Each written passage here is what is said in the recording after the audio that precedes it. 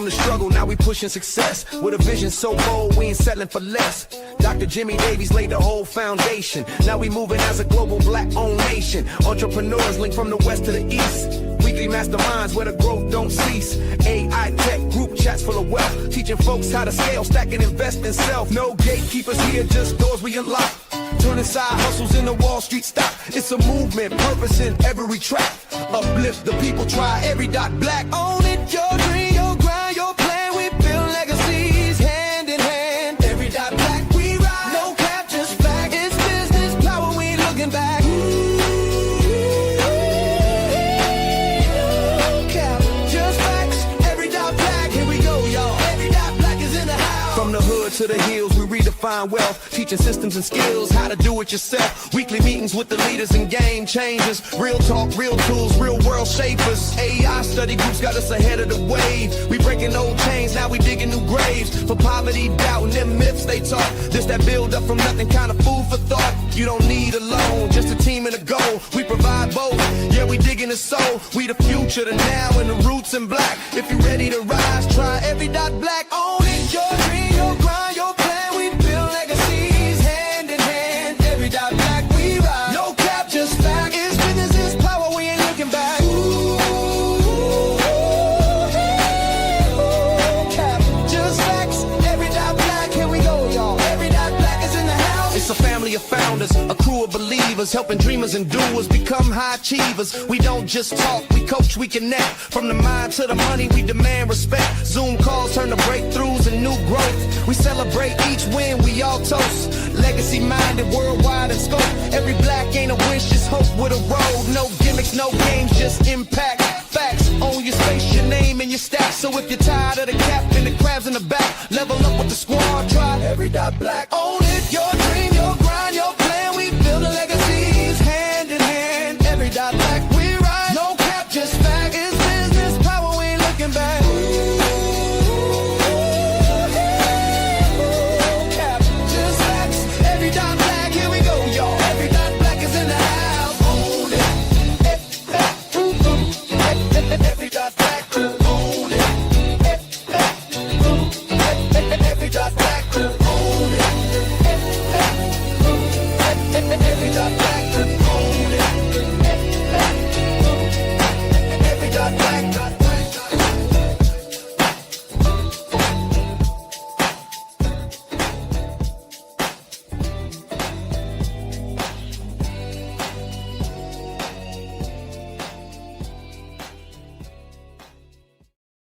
And I'm just so pleased as punch to have him in the room. Dr. Boyce Watkins does not know this, but he was one of the first black tests of our marriage. Uh-oh. Because I get a lot of flack. Y'all don't hear about my black love story when we go to our lunch break and then we go into our black love panel, our marriage next door panel with the fabulous Wetzels. But I was an equal opportunity employer, and he was the one that made the cut. And so he has helped more children get out of poverty than anybody else I know through scholarships and band and other things, right? But when I moved to Louisiana and had my very first Black Business Marketing Expo, Dr. Boyce Watkins was the speaker. And he outlined all the sins of the white man, y'all. The white man did this, and the white man did that, and the white man took our women, and I'm sitting there and I look at him, I'm like, because he done toted all my stuff. I had just moved there, so it was all in boxes. You know, any military people, you know how that is. You got boxes upon boxes. He had unpacked and set everything up, and he was selling my books and selling my classes in the back of the conference. And I looked at him, I said, are you okay? He said, well, everything the man's saying is right. I said, oh, I got a good one. So I appreciate my vanilla milkshake back there.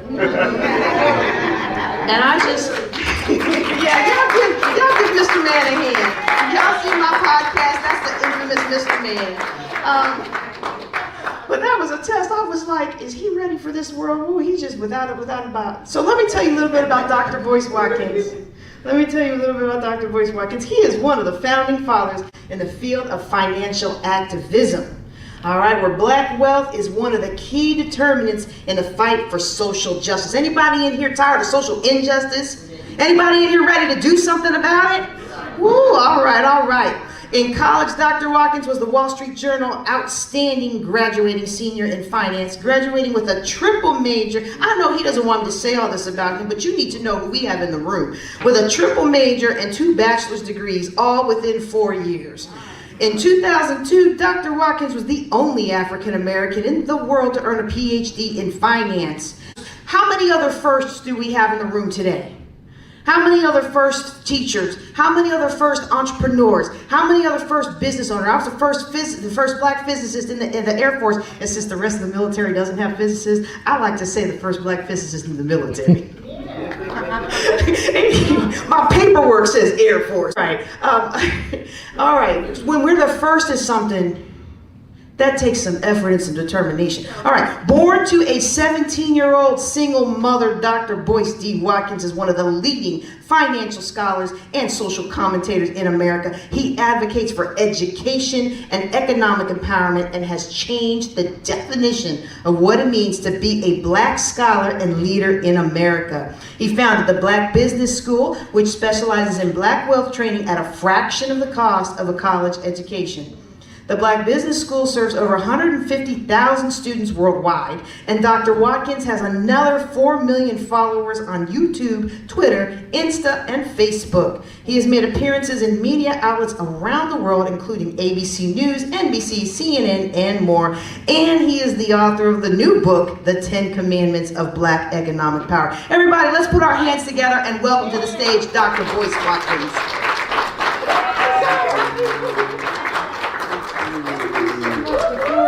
Thank you. Yeah. How's everybody doing today? Fantastic. Ooh, buddy. Oh my goodness. It's funny when somebody airs out your stuff and throws it up there, like the speeches I gave. I was like, ooh, I said all that? Oh. That sounds like it was an interesting day. Well, you know, I think it's it's such a nuanced conversation in terms of talking about race and wealth, because I have found that there are a lot of people who believe that loving black people means you have to hate white people. You know, and I just don't have time to spend my life hating anybody. And because hate is such a toxic emotion. You know, it's hard to carry around all that weight, and so you know and so I have to explain to people sometimes, you know, because when you do stuff like this, you meet all different kinds of people that might be interested in for different reasons, and sometimes I meet people that are what I might call like blickety black, and they impose certain ideas toward me, like, okay, that means that white people are never ever allowed anywhere near anything that we're doing, and I'm like, no, I'm not threatened by that. You know, the same way my daughter was born in Jewish hospital. They didn't tell me I couldn't be there because I was black. If I wanted to go to the Notre Dame University, clearly run by the Catholic Church or by people that are Catholic, they don't tell me I can't attend Notre Dame. So I said, we got white people in the Black Business School. Why wouldn't you want to learn from intelligent black people? I think that we should be leading the world. We are the smartest people in the room 9 times out of 10. We are the only people, actually, that can say that we survived the slave dungeons, the Middle Passage, 250 years of the most brutal slavery known to man, 100 years of Jim Crow, another 40, 50 years of mass incarceration, the war on drugs, and we're also surviving whatever they're doing to us right now. We won't know about that till for another 50 or 60 years. That's when all the FBI files will be released, and we're gonna find out what they're doing. Like, I'm still trying to figure out what happened to hip hop music. How we went from Tribe Called Quest and KRS-One to Kill, Die, Nigga, Die. You know, like who did that? Who was responsible for this, right? Because we were not on that committee. This was not something that we decided to do.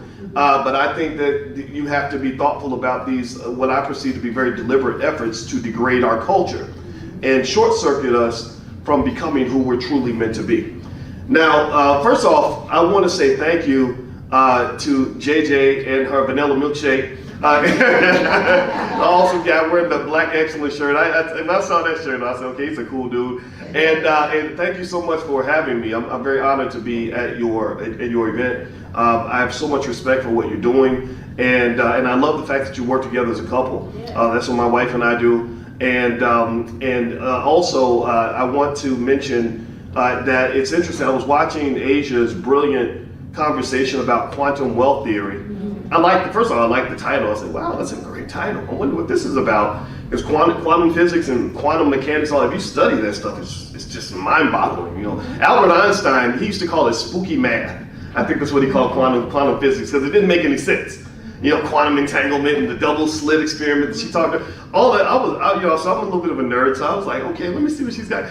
And then she starts breaking down the brain and behaviors and everything. And I said, I wish my wife was here, because my wife happens to be a therapist and an expert on the subconscious mind. And she is a smart black woman. I'm very proud of her for that. She reads about 22 books a year.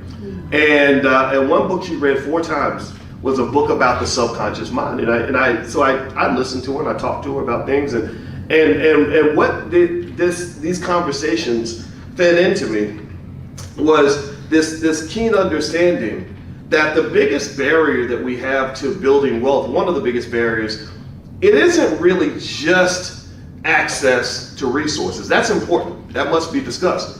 It isn't access to knowledge and information. You literally have an entire university on your cell phone. All right, so it's access to information. You can't say, well, I couldn't get the knowledge, or they kept it from me. No, maybe we could say that 50 years ago. You can't say it now. If you got an iPhone, you can learn anything you want to learn.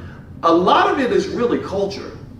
A lot of it is culture and habits and the subconscious mind and how we're programmed as children and into adulthood and all these other things. And I said, my gosh, this is really what's going on. America is a beautiful, amazing, extraordinary country in certain areas. There are things that we do better than anybody on earth. In fact, we are very, very good at industrialization, and that's helped us win wars. Right? And by the way, shout out to every veteran in here. Veterans make sacrifices that you mentioned that nobody talks about. Nobody shows respect to that.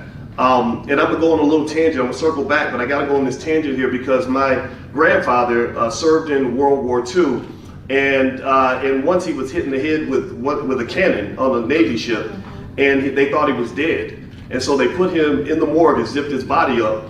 And he literally wakes up and starts pushing and saying, let me out. And he gets let out. And he goes on and marries my grandmother, stays married to her for 70 years and took care of her until the day she died. And then my father went to Vietnam, and he can't talk about it to this day. He talks about being pushed out of the airplane when he didn't want to jump out. They pushed him out of the plane. He talks about sleeping in the ditch and hearing the mortar fire and the bombs going off that night. And what was interesting is that on one hand, the unhealthy coping mechanisms occurred, things like heroin addiction, which affected so many of our men and women that went over to Vietnam. But also what was interesting was there was this really tough, dogged determinism that he developed as well, where he said, when I was in that ditch, I decided I'm gonna do whatever I gotta do to get home. I'm going to survive this no matter what it takes. So he comes home, and I said, well, how did you get off of heroin? I said, I heard heroin's a hell of a drug. And he said, and literally, he said, I just stopped doing it. I just realized that was not the life I wanted. I didn't want to be a junkie. And I watched him throughout his entire life have that same attitude when it came to accomplishing the goal, right? Figuring out what the mission was. Okay, my family needs me to find a way to make money. I'm going to figure that out. Right, and to some extent, and I think we discount that, right? We discount just our personal power when we're committed to doing something. We discount the importance of understanding at some point you got to put your excuses to the side and figure out what the assignment is. And this creates a real interesting contradiction or a challenge I have, because I have part of my audience. I attract a lot of military folks, a lot of veterans follow me. And I remember I asked a soldier, I said, you know, I respect soldiers, I respect veterans immensely, but why do so many veterans follow me? And what he said was, because you give an assignment, you tell us what the mission is, and that's what we understand. You know, and I said, okay, that's it. Yeah, you know, you have a problem, you solve it, right? But then I've got people that I have to challenge a little bit, who unfortunately were hit by this other culture of almost like a really heavy victim mentality. Yeah. You know, not to the point that we haven't gone through things. We know what we've gone through, and we can lay that out on the list, and we should acknowledge all of that. But it's like, that's not supposed to be a crutch, right? We can't let that be a crutch. You know? And so that becomes that's my story, and that's why, you know, I'll never disrespect a soldier. I think that soldiers are not appreciated. When my father told me about how he came home from Vietnam and people were calling him baby killer and all this stuff, I got mad. I said, I want to go back in time and kick those people in the face. You know, and now that he's got blood cancer and he's sick and he is dying from Agent Orange and things he experienced in the military, we're talking about these things, and these things that is literally what is on my heart right now as I speak to you. So thank you for your service, if you have served, and I wish our country appreciated you as much as they should. I just have to say that. Now circling back to what we were talking about earlier, you know, here's the deal. When you're talking about wealth and economics, you cannot understate the importance of culture. Culture is more important than how many degrees you got. It's more important than how much wealth you have access to per se. Those things matter, but that's not, you don't have to go take a bunch of classes in order to understand building wealth. And let me give you an example. My wife and I went to China, and we were in China for about 3 weeks, and we traveled to different regions of China.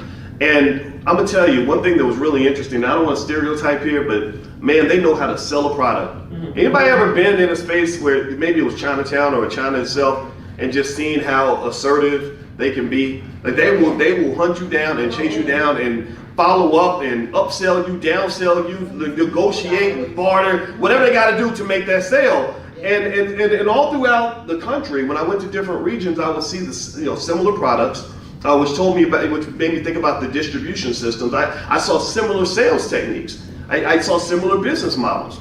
And I bet you that a very small percentage of all these thousands of entrepreneurs I ran into, a very small percentage of them went to college and studied business.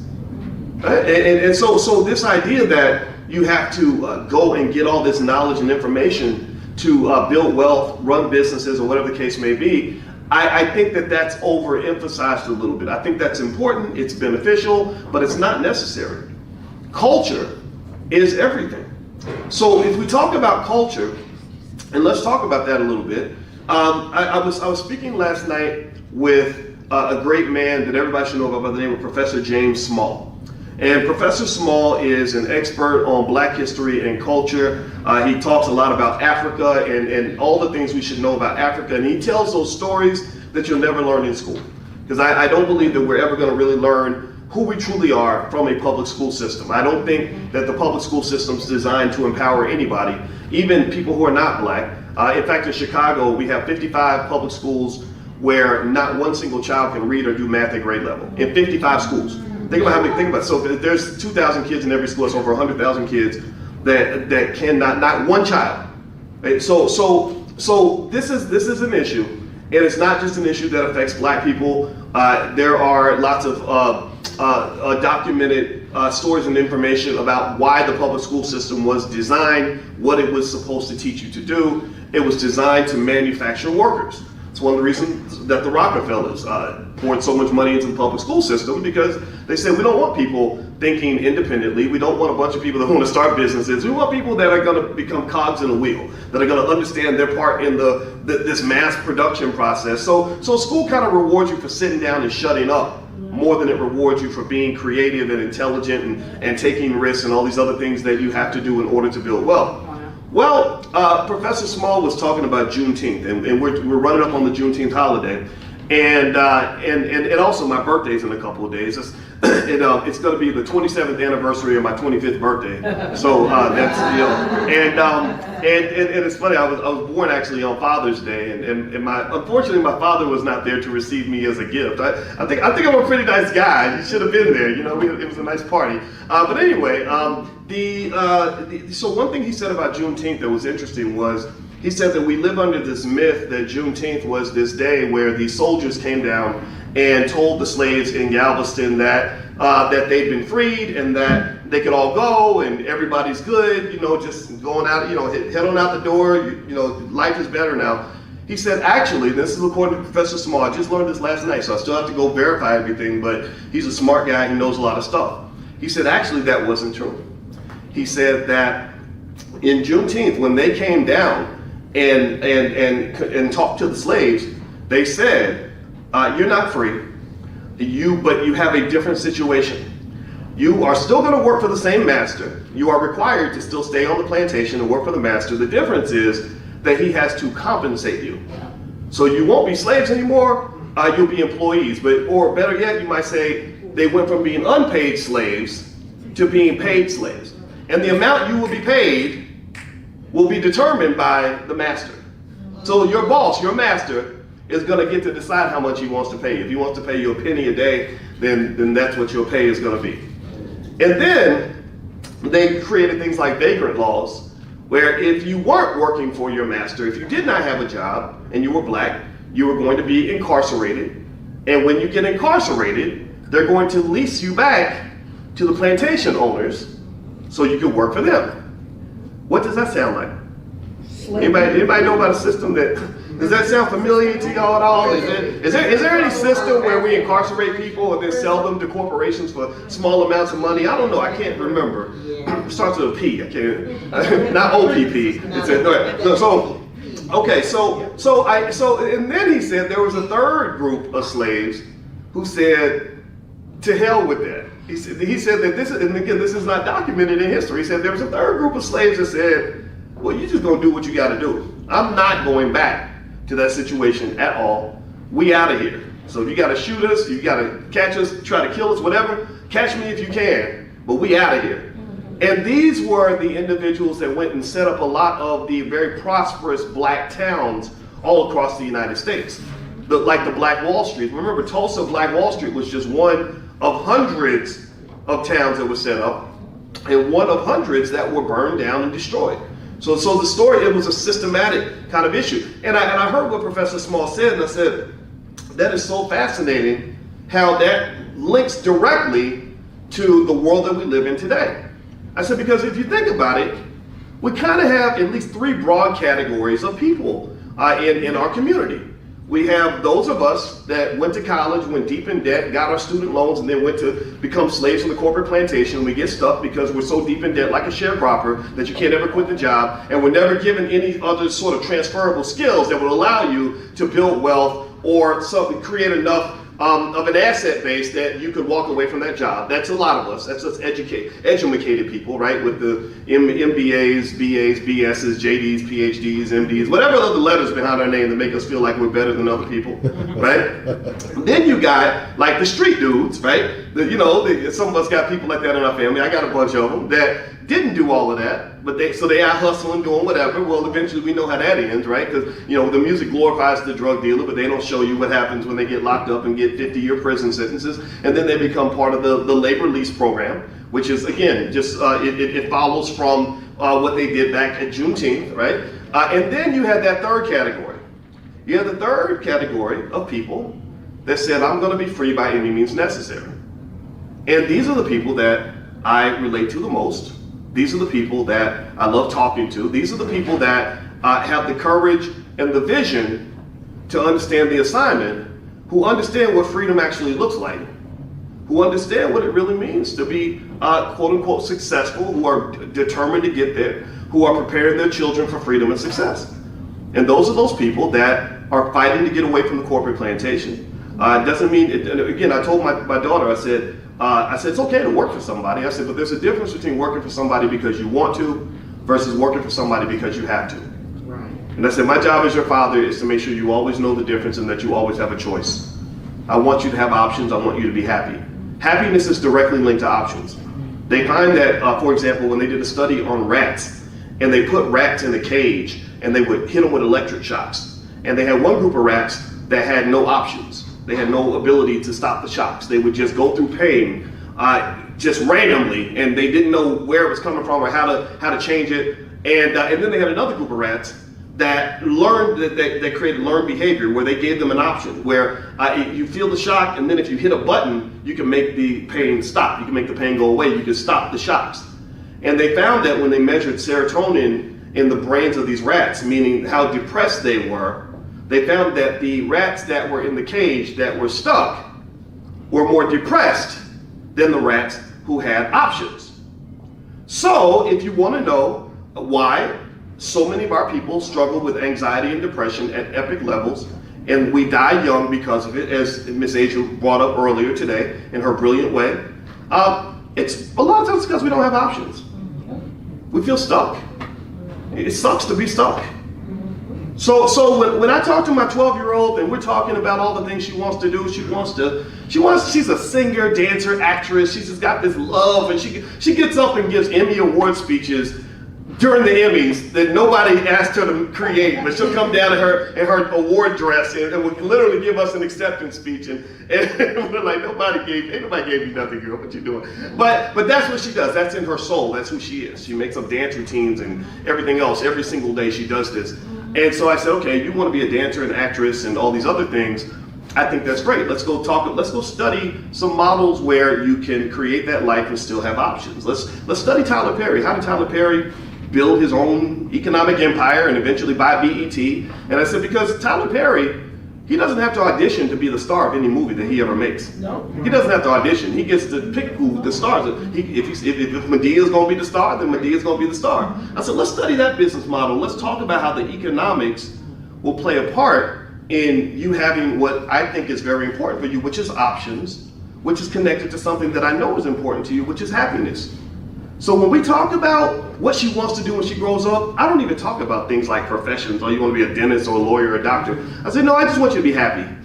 And I know we can agree on that. We may not agree on whether or not you should be an attorney or a physician, but we can agree that you want to be happy. So let's talk about how the economics connects to your freedom, which connects to your happiness, which also comes with things like knowledge of self. Some people don't even know what makes them happy. They watch TV and they think that material stuff makes them happy. So that don't make you happy. That gives you a temporary high, a big injection of dopamine that makes you feel like you're happy for a while. I mean, when I got my first job, when I finished college, I was literally the black sheep of my family. I was a complete embarrassment because I was in school till I was 31 years old. And if you know about anything about black families, you know that guy who's still in school at 28, 29 years old, and you're gonna get made fun of. So I would go to family reunions, and they wouldn't have anything to say to me all the time. They just kind of say, so you still in school, huh? So I got my first job when I was 31 years old. And as JJ mentioned, she was accurate. I was the only black person on the planet, male or female, to get a PhD in finance that year. It was really, really hard to do. The most difficult thing I ever did in my life, right? And I love it though, because it was difficult, and there was some trauma, there was some abuse that me and my wife, we bond around the trauma we experienced going through our PhD program. It's the most petty, crazy, ridiculous space ever. But there's the bright side of that these tough experiences make you a tough person. Right, so ultimately through my therapy journey, which I think JJ was so on point about therapy. Therapy does wonders for you. I love my therapist. I was supposed to talk to her today, but I'm here, so I can't talk to her. But I've learned how you can actually take these tough experiences and sort of dispose of some of the negative pieces and really use the positives to make you strong. Because if you think about it, every superhero in any Marvel movie, he has a terrible origin story. He or she. There's always like something horrible they had to go through to gain their superpower. And so when I look at my father, who has a horrible origin story, being pushed out of the airplane in Vietnam, the heroin addiction, getting shot at, he's had to kill people in his life several times.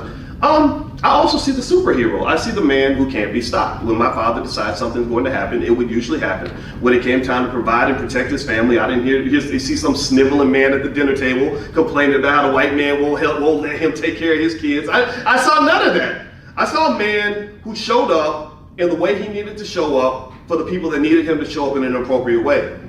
I saw that and I modeled that and I love that. Right? So I went through my little version of it. I didn't go through anything like what he went through, but I did go through my own version of sort of this academic mistreatment and everything else. So I got out and I got my first job and I was making a lot of money relative to what I was making before. I went from making about $12,000 a year as a grad student to making $115,000 a year as a faculty member. So the amount of money I made in a year became the amount of money I made in a month. So when I got that first paycheck, you can tell me nothing. I thought I won the lottery. I wanted to do cartwheels down the hallway. You talk about money literally making you happy. It did. That day, money was my happiness. And I felt that way for about 6 months until the dopamine kind of wore off. And then at that point, you get what I would almost call almost like an addiction where you're used to the money now. Now you need the money, but getting the check, you just check to make sure it's the right amount. You put it in your account. You don't think about it anymore. And then you got the rest of your life to deal with. So the thing about material things making people happy is interesting to me because I think we're falsely led to believe that that's what matters, but what we don't understand is that eventually all that sort of jubilation levels off, and then you find yourself dealing with the realities of life, and you start wondering things like, why do children of billionaires commit suicide? Or why, when Deion Sanders was the best player in the NFL, was making more money than anybody else, had all the cars, was going to all the parties, owned a couple of mansions, had access to all the ladies, and yet he was so suicidal that he was going to drive himself off a bridge. How does that happen? Well, it's because happiness is much deeper than just the amount of resources you have in your bank account. See, a lot of times, many of us, because we grew up without access to the things we want. I mean, I can tell all these stories about the projects. My mother was 17 when she gave birth to me. I asked my mother, I said, who was in the hospital with you when I was born? And she said, me and the nurse. That was it. I said, nobody else was there? And I knew my father was out running the streets doing whatever. He eventually went to prison for drugs. I didn't know him that well. I don't even know him well enough to dislike him. I don't even dislike him, the man. I just never knew him. But nobody else was there. So I visualized this scared 16-year-old girl being pregnant. She gave birth to me when she was 17. And I visualized, first of all, I said, well, thank you for letting me live, because I'm sure it would have been easier to just terminate, right? That's, no judgment, but that's what society says. If you're poor, then your child shouldn't be born. Obviously, I have to disagree with that. There's really no poverty story a person could tell me that I couldn't relate to on some level. I remember seeing roaches in the house, and it wasn't a big deal to have roaches. And like roaches, you just flick them off your sandwich and keep on eating. You're not gonna throw away a good sandwich just cause a roach took a little bite. And again, some of y'all may think that's gross. That means y'all ain't never been through nothing. No, I'm playing. You ain't never really been hungry if you don't know what I'm talking about. But seriously, so what happens is that when we grow up in those conditions and we grow up struggling and without the things we want, we just tend to sort of fixate our mind on this idea, this false idea, that if I get the right job with the right house and the right car and the right amount of money, then life is just going to be good. And that's just not true. What I compare it to is imagine how you feel when you really have to go to the bathroom.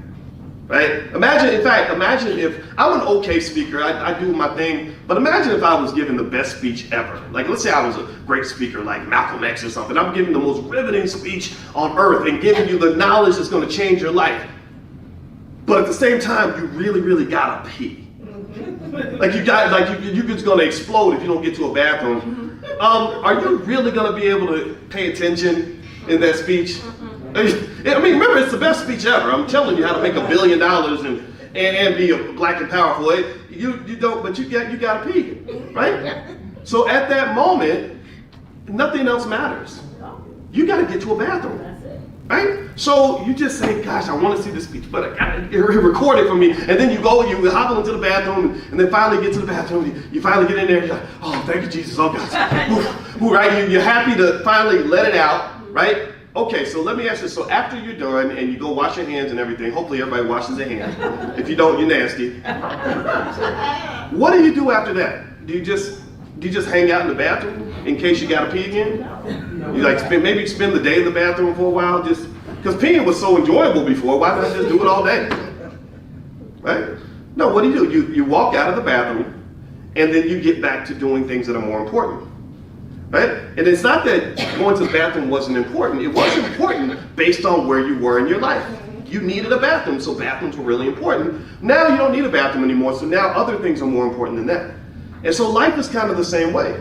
They have something they call Maslow's hierarchy of needs. You should, if you don't know about it, you should look it up. And they talk about that. They talk about how your level, where you are vibrationally, where you are in terms of what level of life you're on, that determines what really matters to you. Right? So, for example, when I talk to my daughters, our daughters, I get to be the bonus dad of a son. He's 6'8". So if I told you he was my biological child, you would not believe me. But I love being his bonus dad. He's very smart. And two beautiful daughters. Their mother's gorgeous, and their father is a great guy. And we partner together to really make sure these kids are protected and loved. And so with these pretty girls, the best thing I can tell them is not just things about happiness and how money fits into that.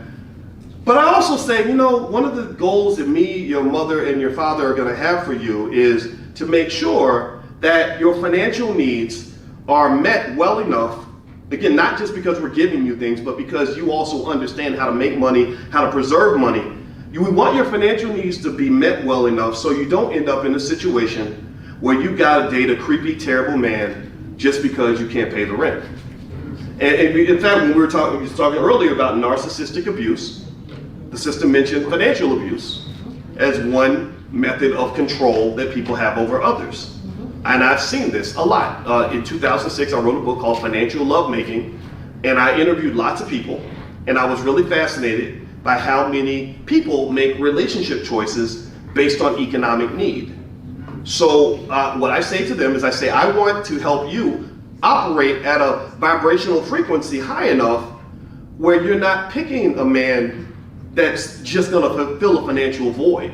It's okay to be attracted to men who are successful and wealthy and all that. I believe that some of that's biologically wired. Just like men like women that look a certain way or whatever it is that men like, women have things that they tend to be attracted to. So I think that's okay. Maybe the wealth is a symbol of something innate about that man that's appealing to you. And that's perfectly fine. But I don't want you to feel that you have to go and pick a partner just because daddy didn't help you, daddy didn't teach you how to pay the bills, mama, nobody's there for you. So many of our people get abused in relationships because we don't have anybody to turn to. Some of us, many of us in this life, myself included, have gone through abuse, not just relationship abuse, but just societal abuse, because we didn't have anything to lean on. We had no inheritance. We had nobody to turn to for money. And it might show up as some kid who goes out slinging dope in the street because he needs to make an extra $200 or $300 because he just had a baby and he wants to get what the baby needs. So effectively, when you really think about how important money is in terms of just that ability to have a safe, successful, and content existence, I don't understand why we don't train our children on money from the day that they are born. I see so many of our boys, our children, being trained to be great football players, and 99.9% of them ain't never gonna make a nickel playing football. Hello. But their parents will spend $1,000 sending their child to football camp. I'm like, that is not an investment. That is fine. I like football. I'm a big football fan. But can't we sort of really think about what should be the priority here? So effectively, when you talk about the use of money as a source of power or abuse or whatever the case may be, and whether money's good or bad, and I loved how Agent put the different beliefs we have about money. Money's the root of all evil, debt is bad. And that's when I realized she was brilliant. And I said, so she brought up Dave Ramsey, because I brought that up before. Debt ain't always bad. Debt is not always good. Debt is just powerful. Money isn't always bad. Money isn't always good. Money's just powerful. It's like a gun. Is a gun bad or good? Well, it depends on what you need the gun for. If you're protecting somebody, if you're protecting your family, then it's a very good thing. If you're using it to commit a robbery, then it's a bad thing. Fire, is fire good or bad? Well, fire can cook your food and keep you warm, or it can burn you and your family alive. So fire can be all these things. So money is very powerful. And here's the thing, here's the problem, here's what we gotta hack into this and understand this issue is that financial abuse that the sister was talking about in terms of relationships, it doesn't just happen in romantic relationships. It also happens in the relationship that black people have had with this country.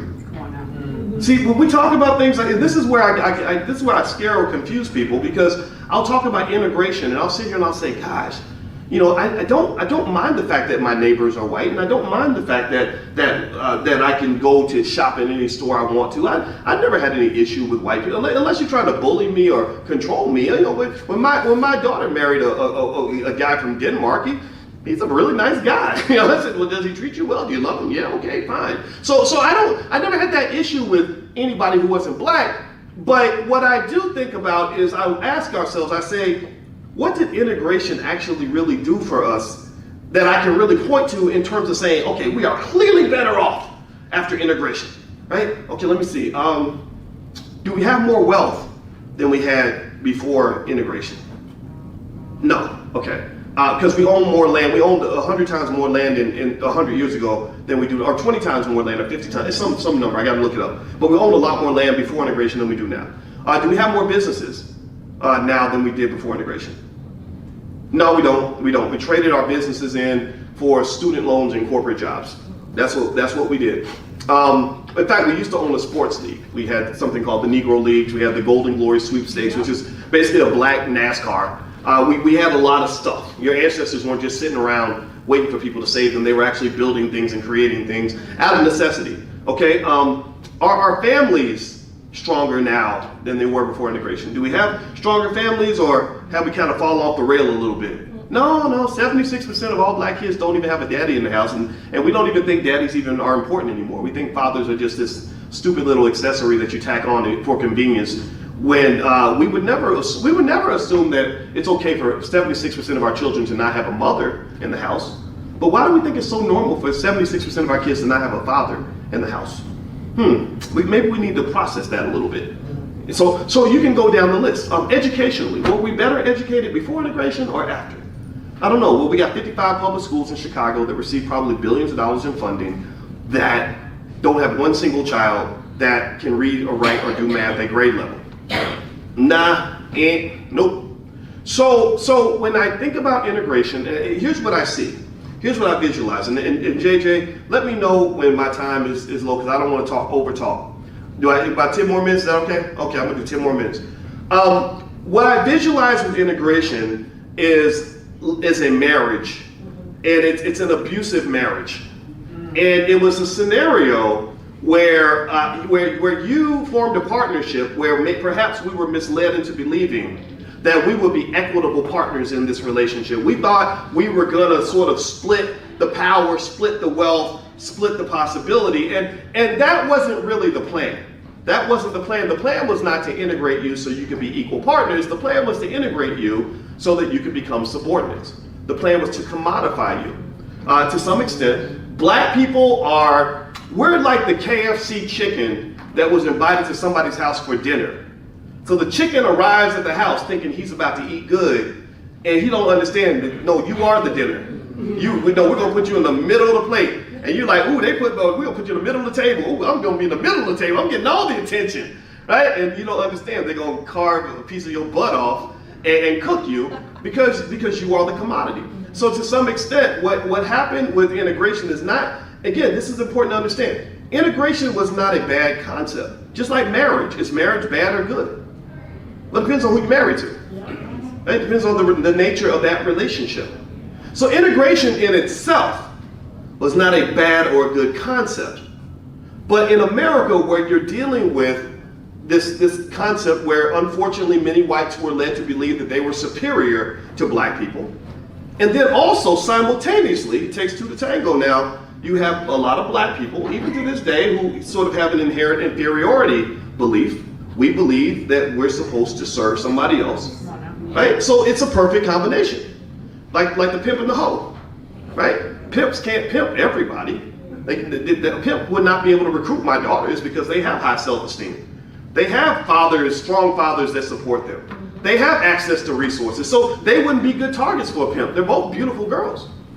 But if you have that little girl out there who doesn't like herself very much, who doesn't have food to eat, who doesn't have anybody that has her back, who maybe doesn't have a lot of knowledge and education, well then she's gonna be a ready target. And pimps can smell this, predators can smell this. So to some extent in America, remember, capitalism is another one of those things that's very powerful. I don't see it as good or bad, but in America, unfortunately, we are kind of committed to the idea of predatory capitalism. We have a lot of predatory capitalism. I'm not anti-capitalist now. I think capitalism can do wonderful things, but there's some problem with a society that believes that that it's okay that workers' wages have been going down while CEO pay has been just skyrocketing through the roof. There's something wrong with a society where the top 1, 2, 3% of the country is allowed to own half the wealth.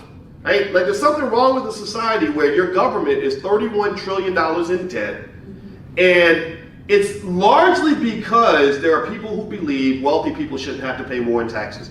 I looked at that. I saw exactly when the U.S. debt started skyrocketing. Around 2000, President Bush pushed forward tax cuts. And he did that because at the time things looked good and there was a government surplus. And right after that happened, 9/11 occurred, which led to the Iraq and Afghanistan wars, which cost several $1 trillion. The big financial crisis of 2007 threw us further in debt, because remember, the first thing Obama had to do when he got into office was write a big check of about $700 to $800 billion to bail out the banks. Not to bail out the American people, but we bailed out the banks, we bailed out Wall Street, right? And then a few years later, you have the pandemic. Now, the debt to GDP ratio, which is almost like a debt to income ratio. So think about a debt to income ratio if you're trying to buy a house. So the debt to GDP ratio went from maybe about 50% in the 1960s to being 165% today. So effectively, if you think about it like this. The US government has $31 trillion in debt. Annual tax revenue is about $4.5 to $5 trillion. That's like a person making $45,000 a year being $300,000 in debt. So if you had a friend that was $300,000 in debt, but they were making $45,000 a year, would that person be financially secure? Would you say that that person's in a good financial situation? No, you would not. So that's what your government looks like. So effectively, to some extent, America is a country that has this interesting history where not only do we have the racism, but it sort of bleeds into the capitalism, and the predatory capitalism just kind of says we're going to prey on anybody who's weak, not just because you're black. We don't hate you just because you're black.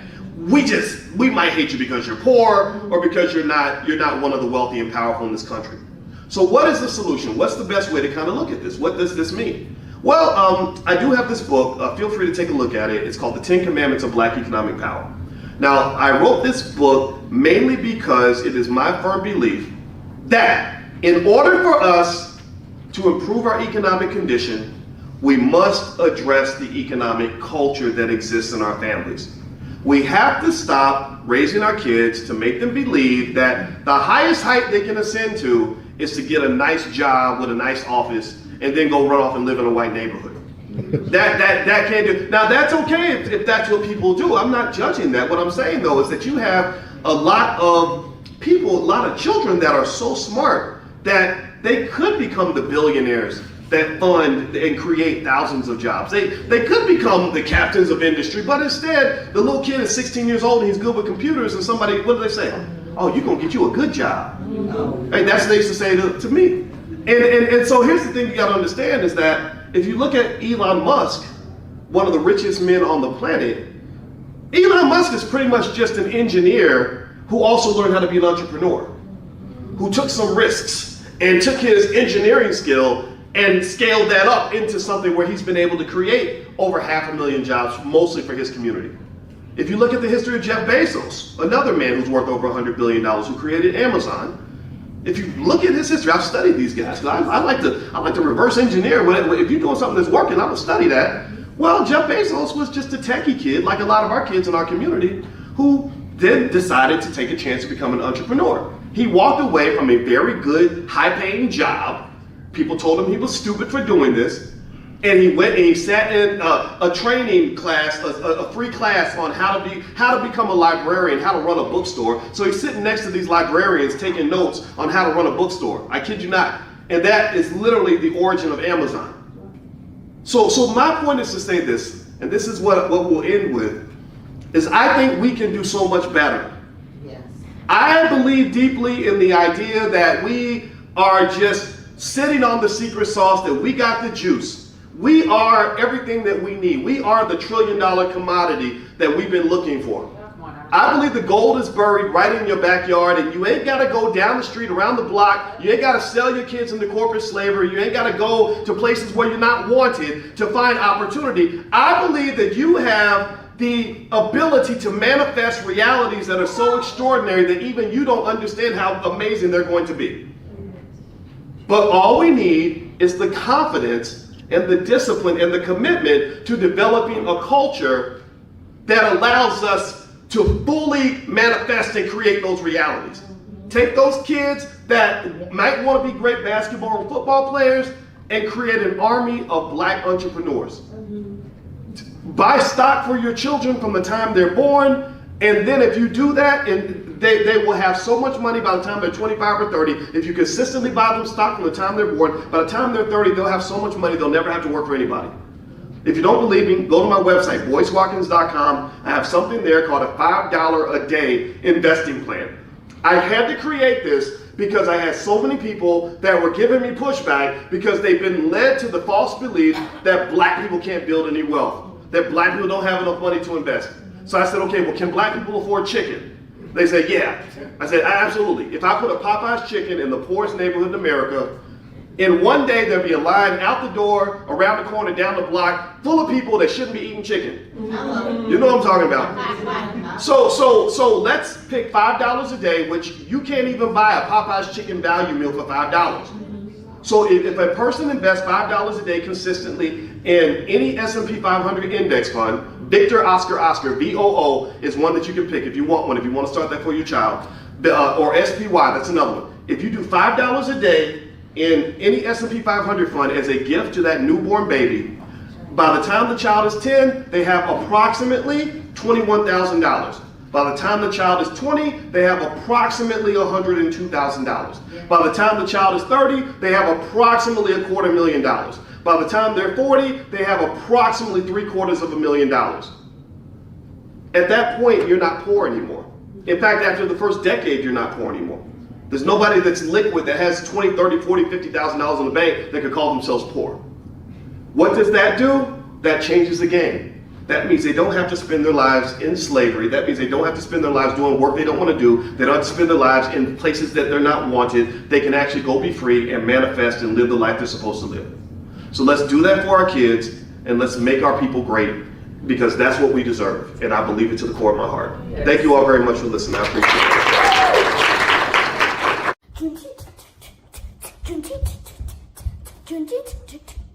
Juneteenth, yeah. What's up? It's UltraCubby.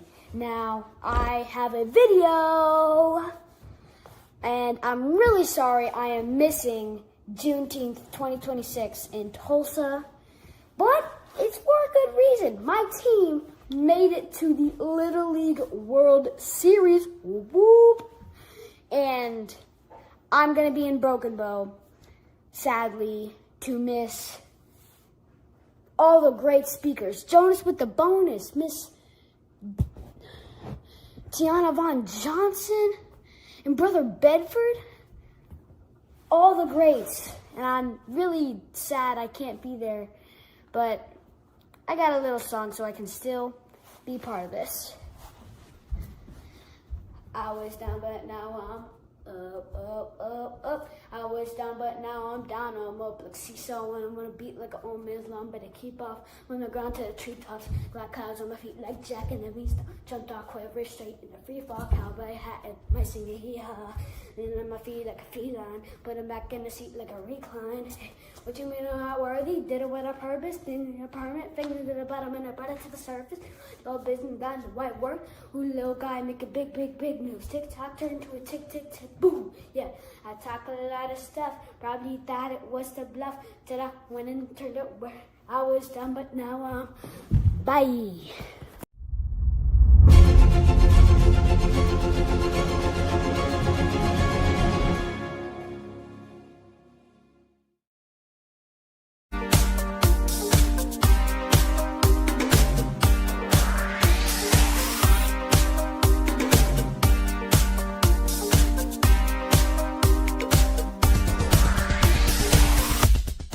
I grew up in Flint, Michigan during the 60s, and as a child, I can remember the civil rights movement. I remember our family huddling around our small black and white TV, and we'd watch all of the things that were going on in Alabama and Mississippi. Some of my older cousins were active in the movement, and each week we would have a large Sunday dinner with the extended family, and they would come back and tell us about all of the things that they had seen and done. As a child of about 8 or 9 years old, I always wanted to grow up and be a part of the movement, but by the time I became of age, it was all over. All of the marching was done. I always felt left out, that I didn't get a chance to participate in the civil rights movement. But little did I know that God had another plan for me as a computer instructor and database developer. But even then, it bothered me that I didn't see many people of color in my classes. That is when journalist Dr. John Ray introduced me to Dr. Joel Dudley Sr. and Dr. Eunice Dudley of Dudley Products, who had been mentored by the millionaire S.B. Fuller. Through Dr. Dudley, I was introduced to Dr. Lafayette Jones, past Vice President of Marketing for John H. Johnson of Johnson Publishing, and his wife, Sandra Miller Jones, who was the Vice President at Quaker Oats, and together they created SMSI, a national marketing firm.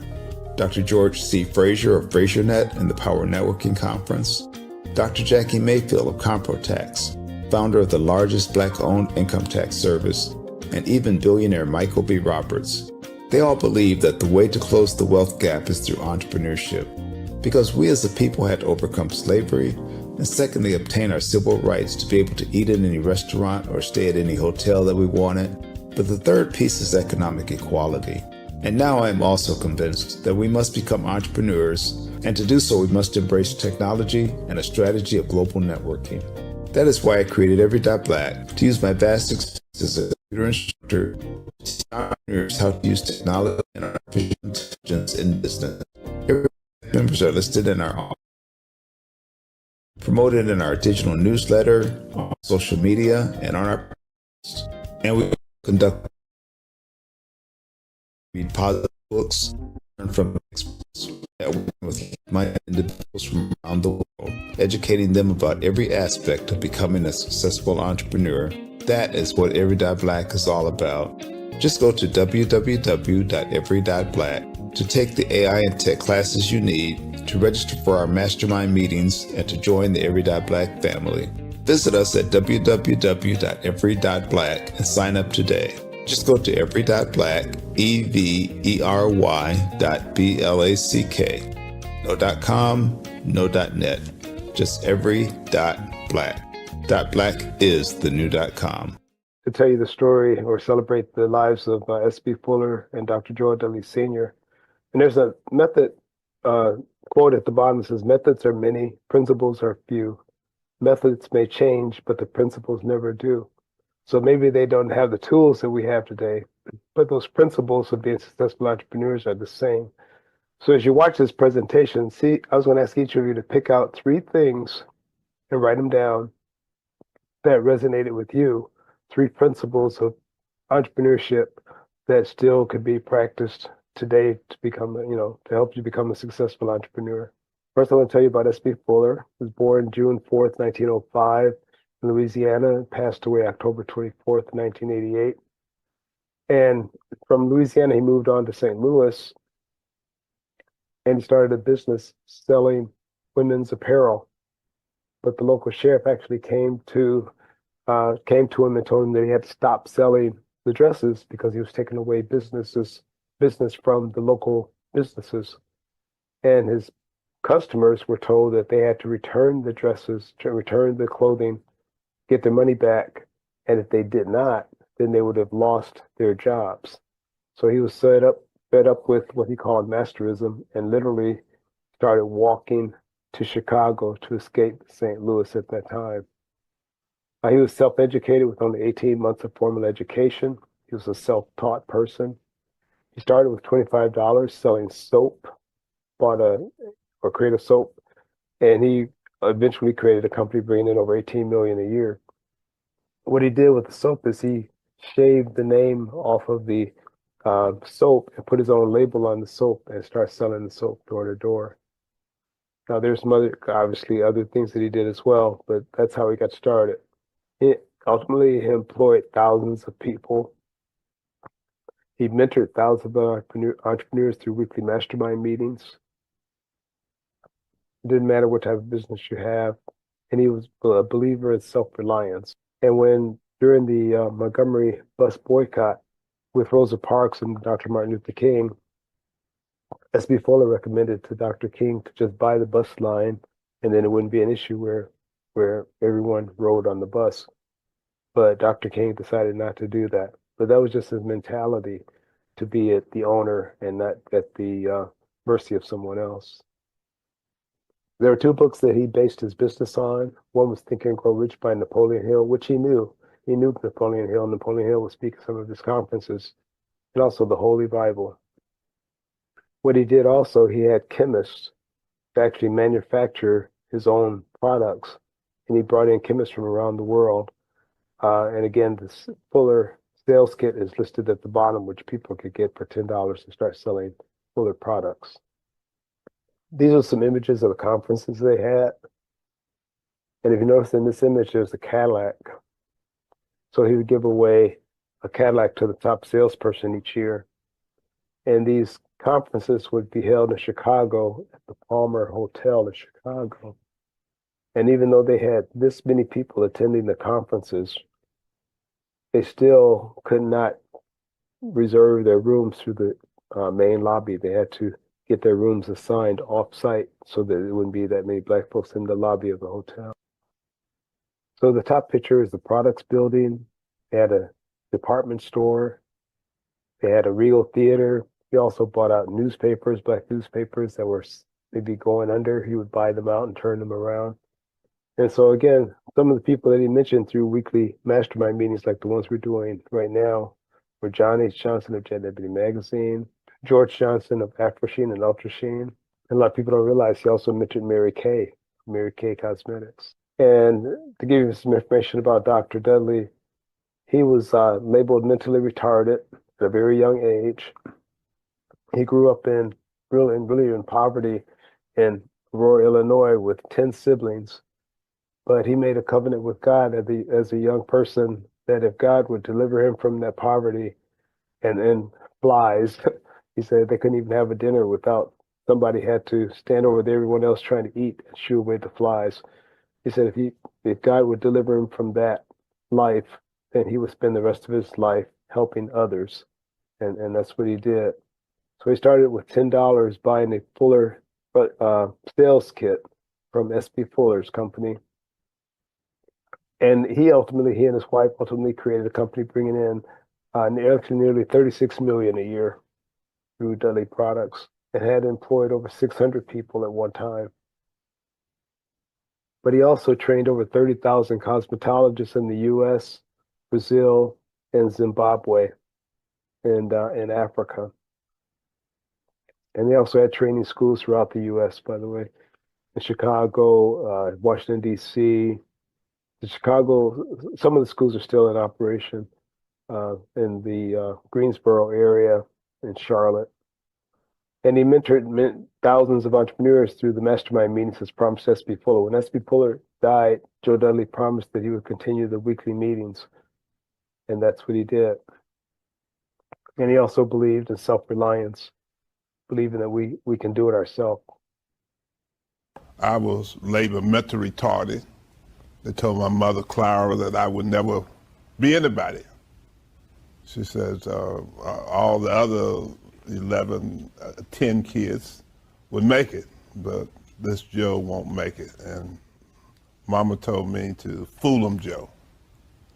So I've been trying to do that for a while. I wasn't a good student. I had girls on my mind. I went with this girl for 23 months. And she came to me one day and she said, Joe, I want to get married. Oh, I was so excited, I didn't know what to do. I was just excited, I'm telling you. And she says, but it's not you. Now that was a disappointment. So I said, well, who is it? I said, I bet you it's not so-and-so. She said, yes.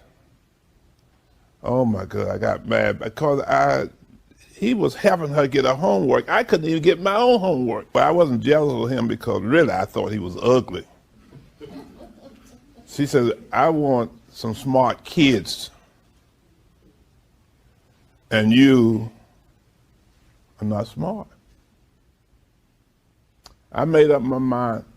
I told her, I said, well, you're gonna have ugly kids. They may be smart, but they're gonna be ugly. So I made up my mind that day that I was gonna put something in my head, and nobody could ever take that away from me. That was a turning point in my life. You know, sometimes we think what's the worst that happened to us, but many times what's the worst thing happened to you is the best thing. For that smart boy taking my girlfriend, it changed my life. For the first time, we are hearing from family since the passing of Dr. Joe L. Dudley Sr.'s family. His name synonymous with entrepreneurship and philanthropy, as he was the co-founder of Dudley Hair Care. Today, his family shares his legacy with you. The most important piece is where he started, and that's in Brooklyn, New York, with Mr. S.B. Fuller and Fuller Products. And he took $10, bought a sales kit, and his life changed, ever since then. The next big thing, of course, was meeting my mother, and the two of them, forming a partnership and a marriage at the same time, and then moving to Greensboro to start their own distributorship. We started selling products in beauty salons and barbershops as well, and things really started booming. My father was such a visionary. He and my mother, as partners, made such a tremendous impact and had so many ideas. I mean, we had the beauty schools, we had the advanced school, we had a travel agency, a radio station, a hotel. If they thought about it, they made it happen. He, really instilled in me and all of us a great work ethic. He taught us the value of work, but he also taught us the value of being kind, to people and meeting them where they are. And he always told us and anybody else, if you're having trouble, if you're excited about something, if you need that extra boost, to say, I am, I can, and I will. There are people all over the world who are in business because of my father and my mother. And that is what excited him the most.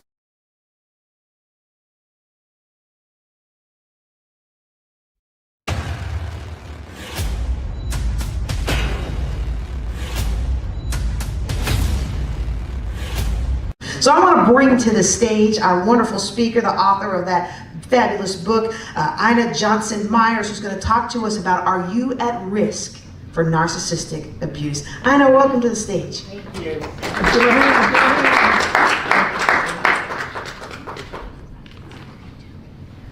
Thank you. And good morning, everyone. Good morning. Something that I ask people often: are you at risk of being a victim of narcissistic abuse? What about your daughters? Even though severe narcissism and narcissistic abuse narcissism affects both men and women, I speak from a woman's perspective because of the experiences that I've had throughout my life and beyond. I am Ina Johnson Meyers. I'm a 24-year retired Army combat veteran, a 4-time best-selling author, the CEO of When She Rides, and a resiliency coach. I help women understand the difference between healthy and narcissistic loving relationships. I understand that many times when they deal with this stuff, they're doing it while they're raising children. Broken and abused women will raise broken and or abused children. And the generational cycle starts all over again because that is what normal is like for them. Prior to the COVID pandemic, psychologists were already reporting that over 158 million people in the US alone was affected by narcissistic abuse. They also reported that those numbers are low because they can't account for the parents or the children that are affected by that generational cycle. The numbers worldwide are like 450 million. Again, those are low numbers because they can't account for the generational cycle of that. When we see a woman that is physically abused, people are very apt to help that person because they see the physical parts of the abuse. But when someone is narcissistically abused, they're abused emotionally, financially, mentally, sexually. The desire of the narcissistic person is to strip everything that made that person, to strip everything from them so that that person will be subservient to him and to just serve that person. Even though they got into a relationship with that person because of all the qualities, the empathy, the love, all of that, their function in that relationship is to absorb all of that stuff from them so that, like I said, they're being very subservient.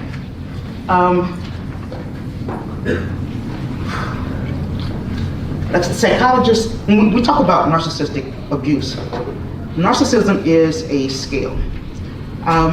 The low scale is like selfies and selfish part. But when we talk about narcissistic personality disorder or narcissistic abuse, we're talking about the high scale. Psychologists categorize narcissistic personality disorder as a cluster B personality disorder. Also categorized as a cluster B personality disorder are sociopaths and psychopaths.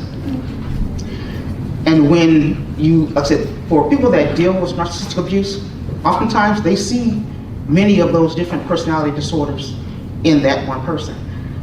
With narcissistic personality disorder, because it's so charming, it's like the very sexy, funny, charming, physically fit brother in the socio and psychopath family. However, the end result is still going to be the sociopath, psychopath family.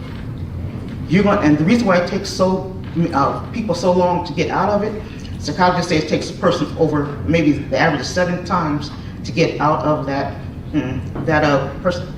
relationship because of the charm. So it's charm and abuse, charm and abuse. Oftentimes the victims are waiting for that charm to come back. That's why they stay in the relationship for so long. You heard JJ say that people ask, why did you stay there for so long? It is really hard to accept that the person that you're living with hates you, and they've hated you from day one. You feel that, but you think you're being overly sensitive. You see it, but you think he can't pretend that he loves me in public, but really, has this great disdain for me. That's why people stay in it for so long, because they cannot believe that the person they sleep with has a great disdain for them. But it's not anything that you've done. It has nothing to do with you. Being in a relationship with someone that has narcissistic personality disorder or the traits, because it has everything to do with them and not you. When you deal with narcissism, people oftentimes will ask you, well, is he diagnosed? The way we diagnose, the way the US or the APA diagnose narcissistic personality disorder is contradictory to itself, because it tells you that narcissism or narcissistic personality disorder, they have no conscience and no empathy, just like sociopaths and psychopaths. But in order for someone to get diagnosed, they have to decide for themselves that they're so tired of abusing someone that they're going to go seek help themselves. However, the traits and mannerisms tell you that that person has no concern about his actions. So he would never think that he's abusing you too much. So with that being said, whether the person is diagnosed or not, the victim feels the same abuse, the victim feels the same devalue, the victim feels the same, trauma that someone that's diagnosed is. So a diagnosis has nothing to do with how the narcissist uses the victims. Because of the pandemic, or before the pandemic, oftentimes victims were able to justify the abuse because someone had to go to work, someone had to go on a business trip, someone had to go somewhere. After COVID, or when COVID happened, the abuser and the victim were locked in together. So we saw the rise in phone calls to the police and to people going to the hospital because of the actual abuse. In the military, when I first started this journey, I didn't understand, in all honesty, how the military conditioned me to accept things not being right. The military conditioned me to, when I stood up for my rights, I got ostracized. So when I started, fighting for my rights, now I have to do whatever I can to get in people's good graces, because now I'm the female that wants her rights. So that kind of conditioned me to say, or to, when I see something like that, to ignore it or to excuse it away. As we deal with our children, narcissistic personality disorder is something that develops as youth, as adolescents. So it's already happening in our schools. Our children, our high school children, our junior high school children, they're already dealing with it. But because of how they diagnose it, they won't diagnose anyone younger than 18. So by the time they're in high school, or by the time they're in college, or in life, now they've become abusers because nothing has been caught earlier. And this isn't about just staying in that pain, staying in that toxicity. God built us wonderfully and fearfully.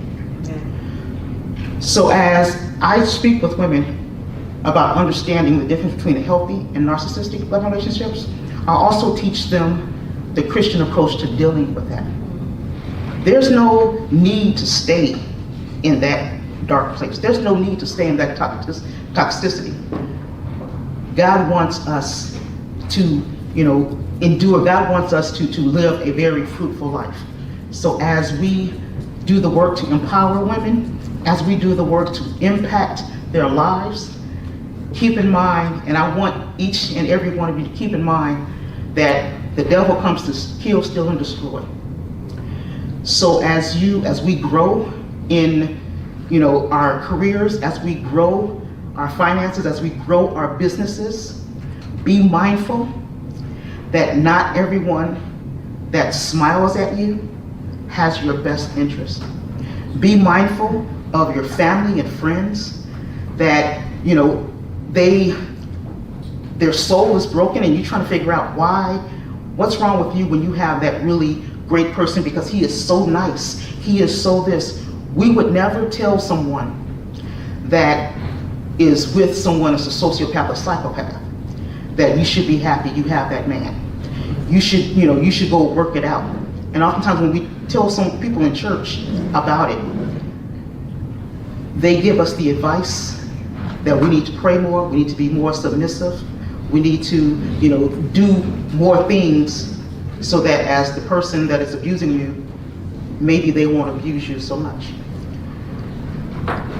It's really important that as you go get the counseling and the coaching that you need, you get it from qualified people. Not everybody that has a degree to be a therapist understands trauma.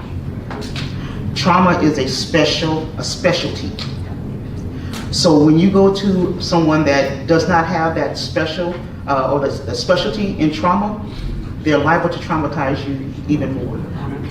So as we, like I said, go through the healing journey, as we go through the things that, as we empower ourselves, as we build these companies, as we build these billion-dollar corporations, know that that is a recipe for someone to come into your life that may be too good to be true, because you don't have the time to really deal with the relationships. So you think this person is so good, came into my life at such a great time. Oftentimes when you are growing, when you have like I said, the businesses, the money, the cars, the house, that allows someone that has that mindset to want to be a part of your life. And once they are a part of your life, that's them ciphering everything that they wanted you for, ciphering for themselves. Narcissistic abuse is very debilitating. It's very mind, consuming. So as we go through these things, ladies, just be very cognizant of your relationships. When you see what you see and when you hear what you hear, believe it. God gave us an amazing alarm system. It's called intuition. Do not turn it off because someone is so cute, someone is so sexy, someone is so whatever. God gave you this alarm system and use it. I am Ina Johnson Meyers, and I honor you all and I thank you all, and I want everybody to be empowered and to operate in the grace and the mercies and the love that God has for them. Yes. Thank you.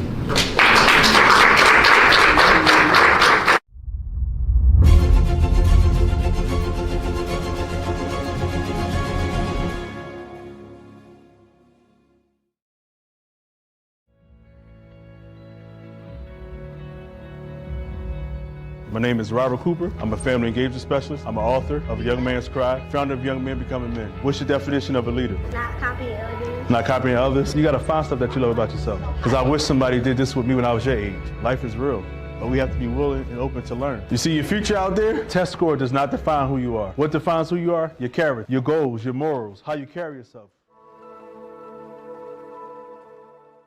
Hey, everyone.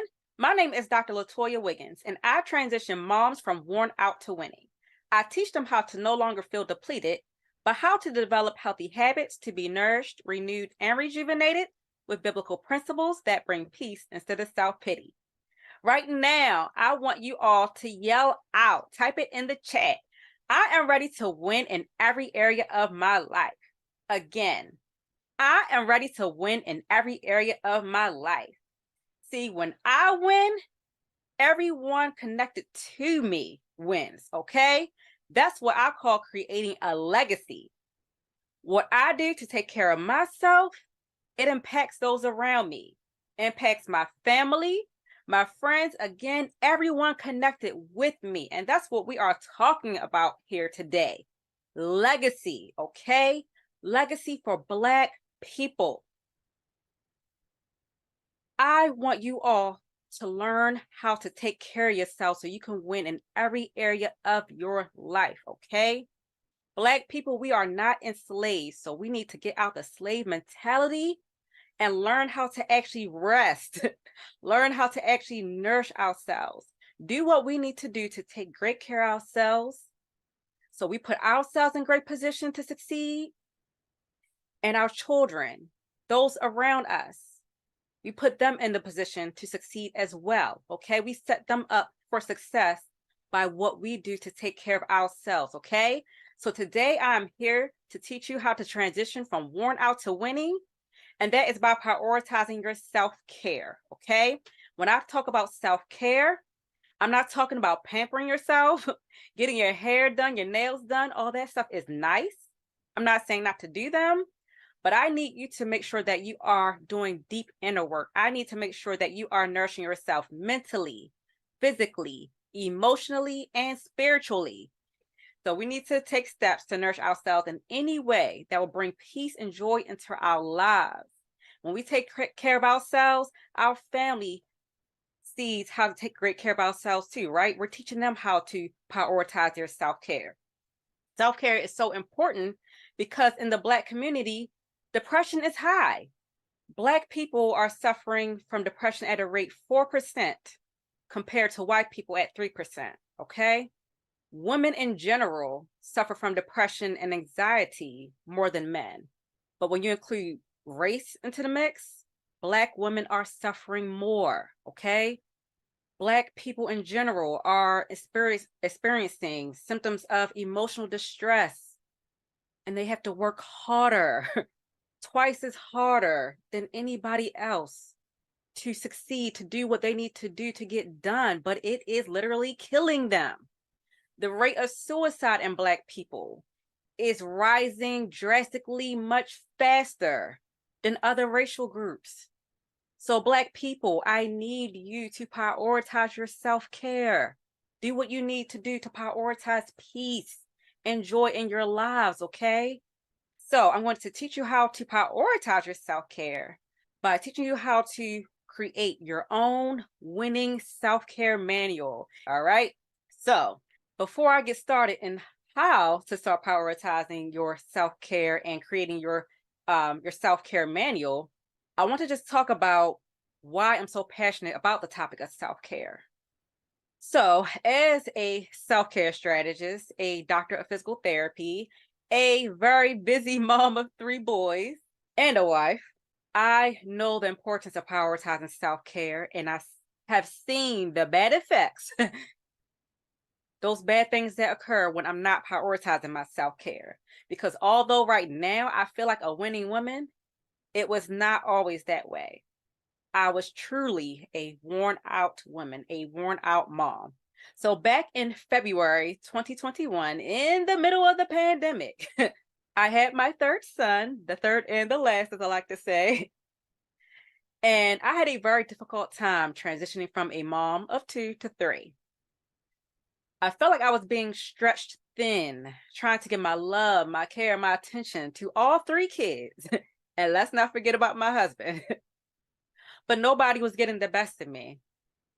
I was often walking around grumpy, irritated, impatient, unhappy. I felt like I was a ticking time bomb just waiting to explode. And I remember one day waking up already feeling like, I was just dreading the day as soon as I opened up my eyes. I went downstairs and just saw a mess everywhere. Toys everywhere, dishes everywhere, crumbs all over the floor. And that ticking time bomb did indeed explode.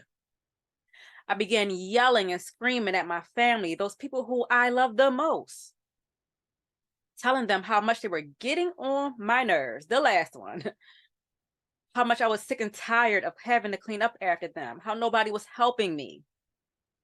And I remember just walking around rage cleaning, just picking up things, flinging it here, flinging it there, putting it away in that angry way. And then another feeling of overwhelm came over me and I needed another release.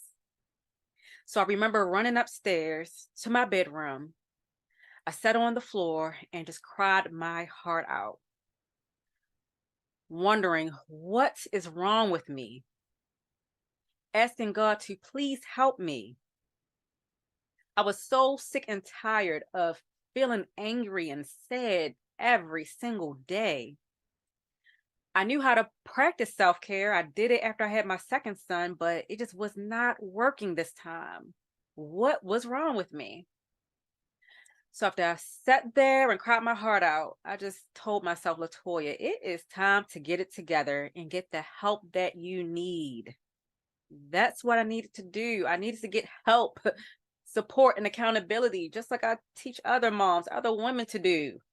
Get the support and accountability you need so you can heal. So I knew I had to strengthen my relationship with God because that was so important to me, and seek clarity from Him on how to heal, what to do. in this season of my life, what to do in life, period, right? And I started seeing a mental health therapist, something I was so stubborn about doing. But that's when my healing journey began. So the more I strengthened my relationship with God and I was seeing the mental health therapist, I began doing things that nourished me in that season of life. Because what was working before, it just wasn't working now. So I started finding what nourished me in this season of my life with 3 boys, figuring out those activities that gave me energy, mentally and physically. So I started taking better care of my body, getting more exercise in. I had the, energy to keep up with these busy boys of mine. The more I prioritized, being a woman of God, I began practicing more patience and peace and calmness, even when I feel like I'm in the middle of chaos. I started getting back to business, which was something I thoroughly enjoy, speaking and coaching beautiful people like you all, teaching about health and wellness. I started socializing more instead of isolating myself, which I was doing because I just didn't want to be around people. The therapist was helping me heal what was undiagnosed depression and anxiety. And today, I'm not the perfect person, right? Nobody's perfect. But having more clarity on how to be the mom, the wife, the woman that God has created me to be, these things make me feel like a winning woman and no longer a worn out woman anymore, okay? So I want you all to figure out, find what nourishes you and start prioritizing those things, okay? And you can do that by creating your own winning self-care manual. And you're going to do that by using my peace framework, PEACE, peace, because that's what we are creating, right? Peace, to combat the stress, the burnout, the overwhelm, minimize it, prevent it altogether, take better care of our health, mentally and physically, okay? We want to take better care of our minds and bodies. It can start by using the P in the peace framework. And the P stands for permission to say yes to yourself, okay? Type it in the chat. Yell it out loud. Permission to say yes to yourself. You are giving yourself permission to say yes to those things that you desire, those things that you feel called to do, those things that you know are going to give you peace and joy, okay? And when you start saying yes, just know that you are going to have to start saying that beautiful 2-letter word, no. N-O exclamation point, okay? No explanation is not needed. Start saying no to those things that no longer serve you, those things that are not helping you to fulfill your purpose, those things that are draining you, depleting you, making you feel like a worn out woman or a worn out man. Okay? Just know that self-care is not selfish. Everyone benefits when we take great care of ourselves. You are able to put the best of yourself in everything that you do instead of what is left of you. That goes for your family, your home, your family, your friends, your business, your employees, your employer, your ministries, whatever. Everyone benefits when you take great care of yourself, okay? I want you to move on to the E in the peace framework. And the E stands for evaluate your current self-care manual. So I know you may not have a physical copy of your self-care manual, but let's take a look up here. What's going on in your brain, okay? We want to know what's going well and what's not going so well. We want to know what's going well because if it ain't broke, don't fix it, right? But a lot of times we have these activities that we know nourishes us, but we've gotten away from those activities. You know, life be lifing, as they say these days. Just life gets busy and maybe you haven't prioritized those activities. Maybe you haven't done them in so long you forgot about them. I want you to write those activities down so you can get back to doing them, whether it's on a daily basis, a weekly basis, monthly, whatever. And now we need to know what's not going so well so we can fix those problems. What's not going so well in your life? Are you not getting enough sleep at night? Maybe you're not feeding yourself healthy, nutritious foods. You're still eating the unhealthy soul food every single day, right? It's okay with a little bit of, here and there, but every day or too often, Maybe you're putting too many things on your to-do list. Maybe things that you do want to do, but you're not prioritizing what's most important in this season of your life. Maybe you're putting too many things on your to-do list because you feel obligated to do those things, but you don't even want to. Maybe you are not asking for help or not accepting the help, being Superwoman or Superman. Maybe you are prioritizing being a perfectionist and not allowing other people to help you. You're not delegating enough because you just want to have control over everything. Make sure it's done your way. What's not going so well that is draining you, that is depleting you, that's causing you this mental, emotional distress? And then you move to the A in the peace framework. And the A, you are going to assess areas for action and abundance. So you gave yourself permission to say yes to some activities or those things that you want to start doing, no to some things. You have evaluated what's going well and what's not going so well. So what areas do you want to have abundance in? Maybe you know that you are feeling drained physically, maybe it's mentally. So maybe you need to start prioritizing your physical nourishment, your mental nourishment, finding time to have some alone time, finding time to do some nourishing activities with others, your children, your spouse or partner, your friends, whatever, nourishing relationships, not just doing things that other people want to do, but actually doing things that you enjoy too, right? Maybe you need to manage your time better. Have a more organized day, maybe be more productive in your thoughts. Have a way to brain dump, get all the racing thoughts out of your mind in a healthy way. What do you need to do to bring peace and joy in your life? Handle that mental nourishment, the physical nourishment, the spiritual nourishment. Get some clarity from God on exactly what you should be prioritizing in the season of your life. What exactly your purpose is, so you can start walking, doing fulfilling work and not meaningless work. What areas do you want to have abundance in? Want to assess them and have abundance in it, okay? Next, we are moving on to the C in the peace framework. And the C, you are going to cancel any kind of guilt. So if you're a mom like me, you're going to cancel the mom guilt, whatever kind of guilt it is, whether you're a mom or not. Cancel that guilt, the negative thoughts, and the self-sabotage. So a lot of times when we start doing great things for ourselves, we start to feel guilty. You feel like if I start making more time to do X, Y, Z for myself, it's taking away from time with the kids. It's taking time away from my husband. It's taking time away from my friends or my business, whatever it is. Anytime those thoughts creep up on you, acknowledge them, but then remind yourself of your why. Why am I doing this activity? Why am I doing this task? Who is going to benefit from me doing this activity? Because it's not just you. If it's just you, it might be a little selfish. But when we take great care of ourselves, everyone benefits.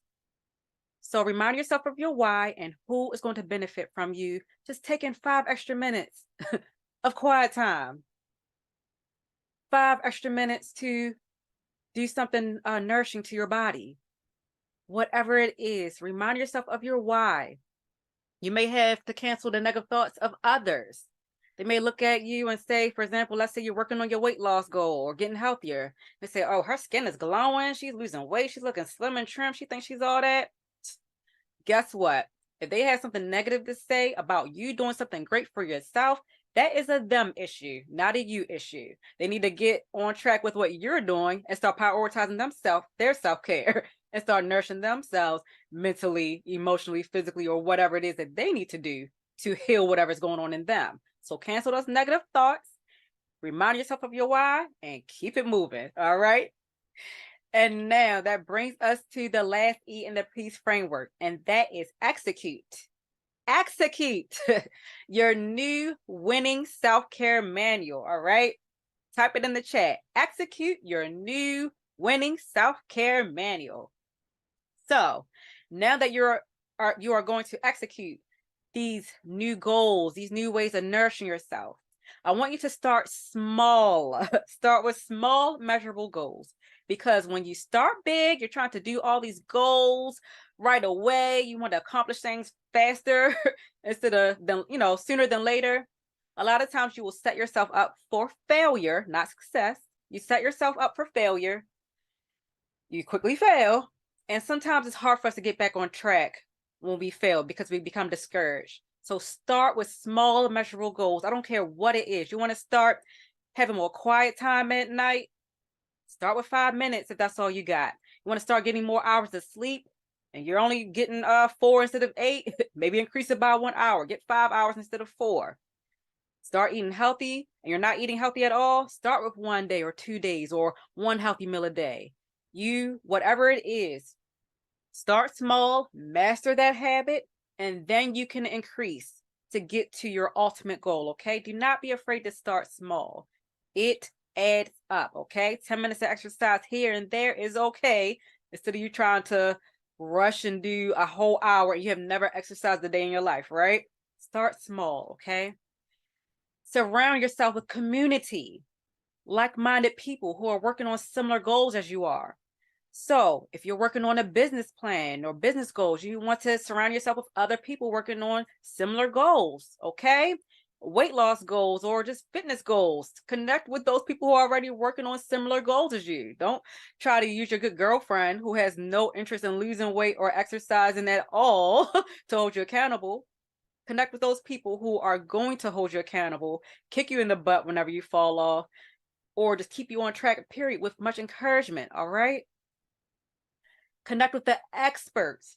So you want to, I told you, don't rush to get to your goals fast, but connect with those experts who can give you the right strategies, help you put a good plan in place so you can get to your goals sooner than later. Have you go in the right direction instead of you just trying to figure things out on your own, okay?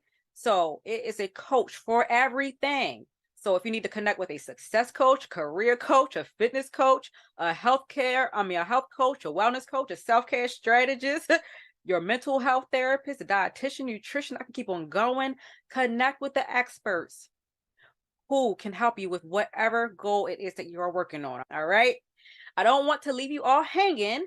So be sure to connect with me at She is a Nourished Mom on social media, Instagram, Facebook, and YouTube. And go to www.sheisanourishedmom.com to download your free Busy Christian Mom Self-Care Workbook. This workbook will help you go through these steps that we just talked about today. All right. My name is Dr. LaToya Wiggins, and I want you to know that a nourished woman is a winning woman. A nourished man is a winning man. Bye-bye.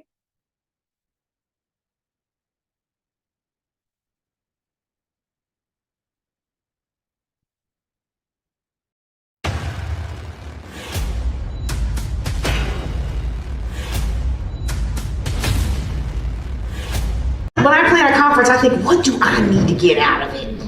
Other than the networking, other than being mentored by the headliners, what do I need to get out of this? And one of the things I think we all need to get out of is learning how to create multiple streams. And so our next speaker today, Krystal Vernee, she is going to talk about brand builder, BuildHER, H-E-R, blueprint, creating multiple income streams. Now look, I think all the speakers in here who speak primarily to women can say the same thing that I'm about to say, which is we speak to women and a few good men. So if you're a good man today, I'm sure the content will apply to you as well. Let's welcome to the stage, Krystal Vernee.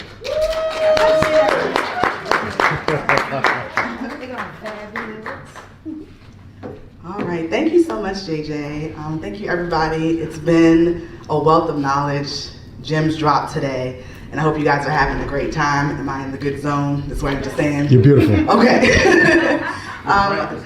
Thank you. So I'm Krystal Vernee, and I'm a serial womanpreneur, speaker, author, business coach, and a brand strategist. And I want to talk to you guys today about creating multiple income streams. And I think a lot of people think they got to start a bazillion businesses to have multiple income streams, but you really don't have to do that. So I want to share with you guys a little bit about my story, my journey, and how I've been able to do that, because I have 4 businesses right now, but I certainly didn't start out that way. So entrepreneurship has always been in my blood. I started my first business at the age of 16. So I started a vintage and designer handbag store on eBay.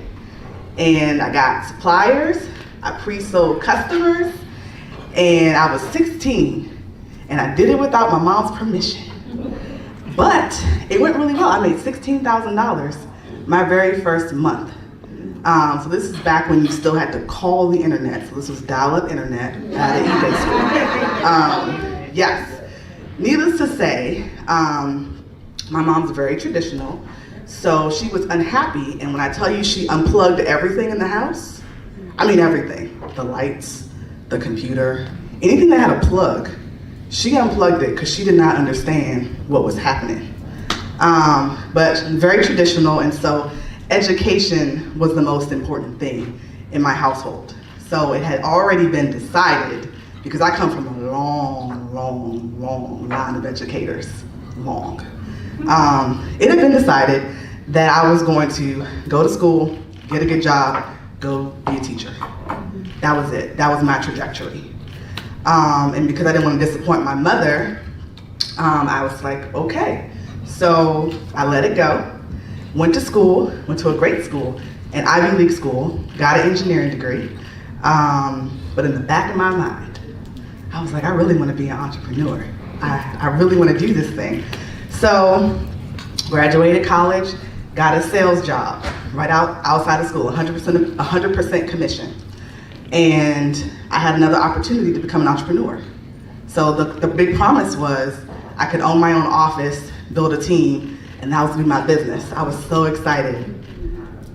But at the same time, I was dating my high school sweetheart. He, like my mom, very traditional. And so after much discussion, that was when I got the biggest ultimatum of my life to that point, which was, if you don't get a 9-to-5, I will not marry you. So because I was raised that was what I was supposed to do, and that was my trajectory, and I had spent I was young, y'all, I was in my 20s, young, so I had spent quite a long time in that relationship already. So I said, okay, I'm gonna go ahead and get a 9-to-5.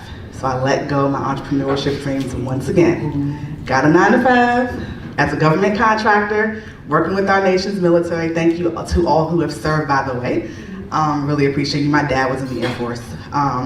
So did that, was getting a promotion every 1 to 2 years.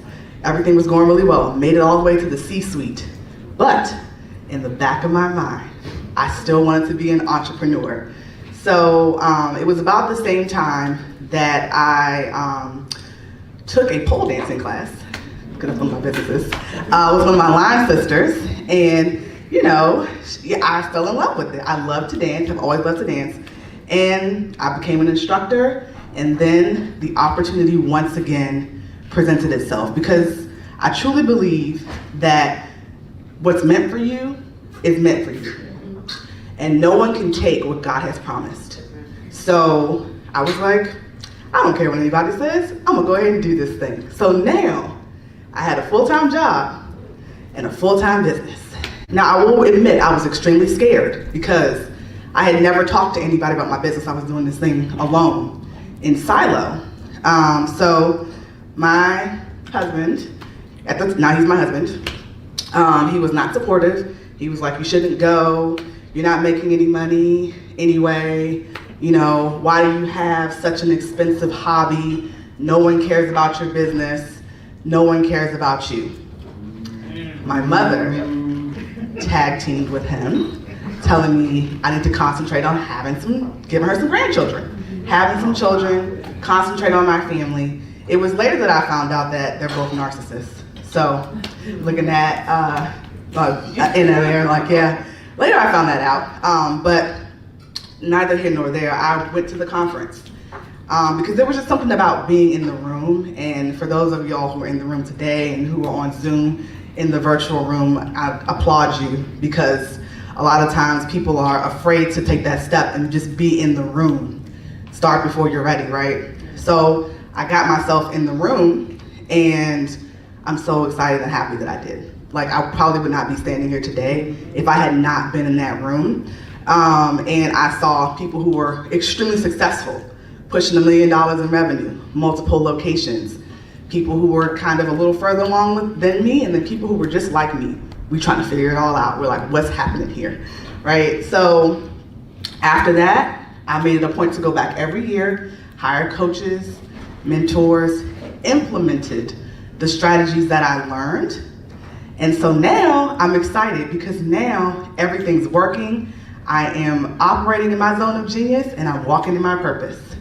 So now I have a multi-six-figure business, right? Multi-six-figure business. I'm building the multi-six-figure business, but I'm building a multi-six-figure business in secret. You see, the business was a point of tension in my marriage. And so it caused a lot of argument, a lot of turmoil.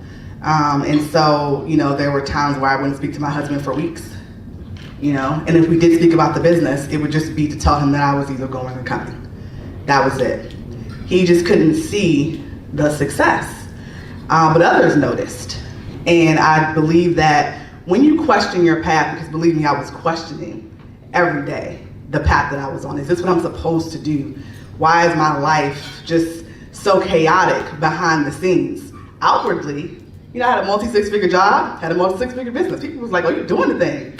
Inside, I'm like, it would take me hours to go in my house. Y'all, every day, hours. I would just sit outside. So, needless to say, other people started to notice. My friends noticed, his friends noticed, family noticed, and soon I started to get calls and texts and emails about, I want to start a business. Can you help me? Can you talk to me about how you got started? Where can I get funding? How do you set this technology system up? How do you do this? How do you do that? It got so bad, people started to have like these get-togethers just so they could talk to me, which was great. It felt great. I was like, you could have just called me and I would have just came over. But I knew then that I was onto something. And so we were at one of these gatherings, and people would often ask, right? They often ask, especially if you're married, your spouse, how's the business doing, right? That's a normal question. So my husband would say, I don't know, you have to ask her. Typical response. However, this one time, there was something that followed that I was not prepared for. So he said his typical, I don't know, you'll have to ask her. Then he said, personally, I hope it burns down. So if you can just imagine the hurt, the anger, I just felt like a failure. I think the most alone I had ever felt, because this is in front of a room like this size. He's saying this. I didn't know what to do. I could have melted in the floor. It was like having an out-of-body experience and watching yourself on a movie screen. That's kind of what it was like. So at that point, I knew I had a decision to make. Either I was going to be an entrepreneur or I wasn't. Either I was going to continue to live my life according to others, play small, be small, or I wasn't. And I was going to live a life of my own design and walk in my purpose on purpose. Jim Rohn has a quote that I really love, and he says, whatever good things we build end up building us. And so I had to sit back and I had to think. I had built a multiple six-figure business from scratch. I had people asking me how to do the same thing. I had women who were coming to my studio telling me how much they loved being in my doors and the environment, how I saved them, how they left domestic abusive relationships, how they were able to ask for promotions at work, how they just felt like they were just better people overall. And so I knew then what I had to do. That really gave me the ultimate clarity. So I divorced my husband, and I started 3 more businesses,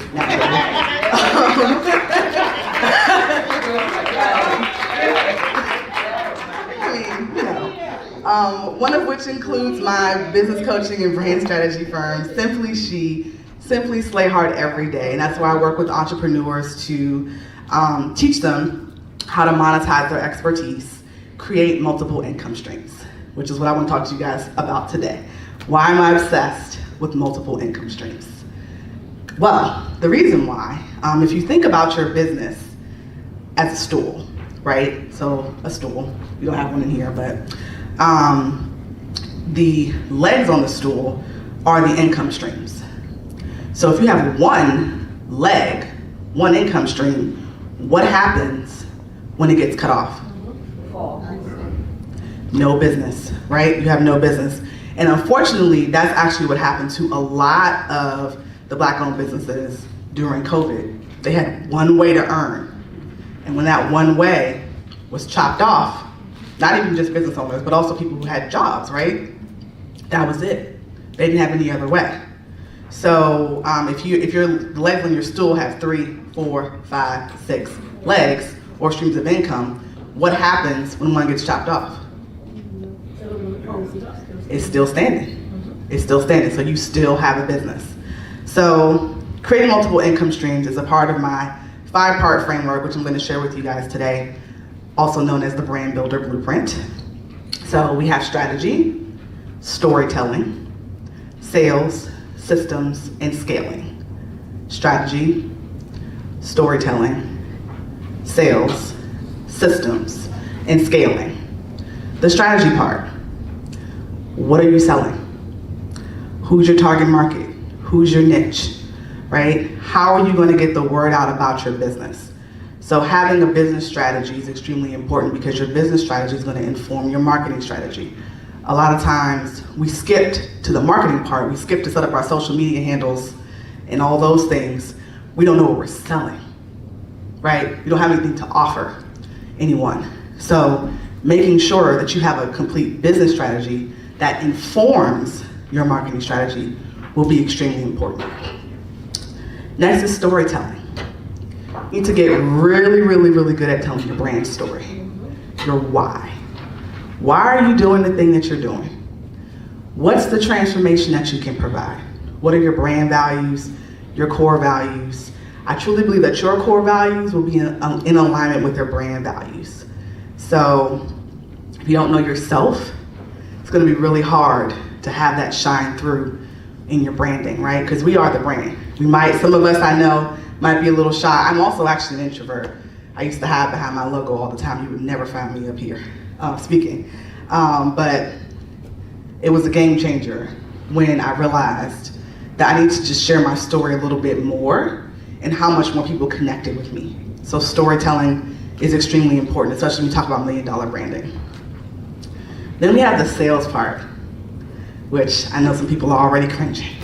Sales. You know what? Sales is a conversation, right? It's a key and a system to your success.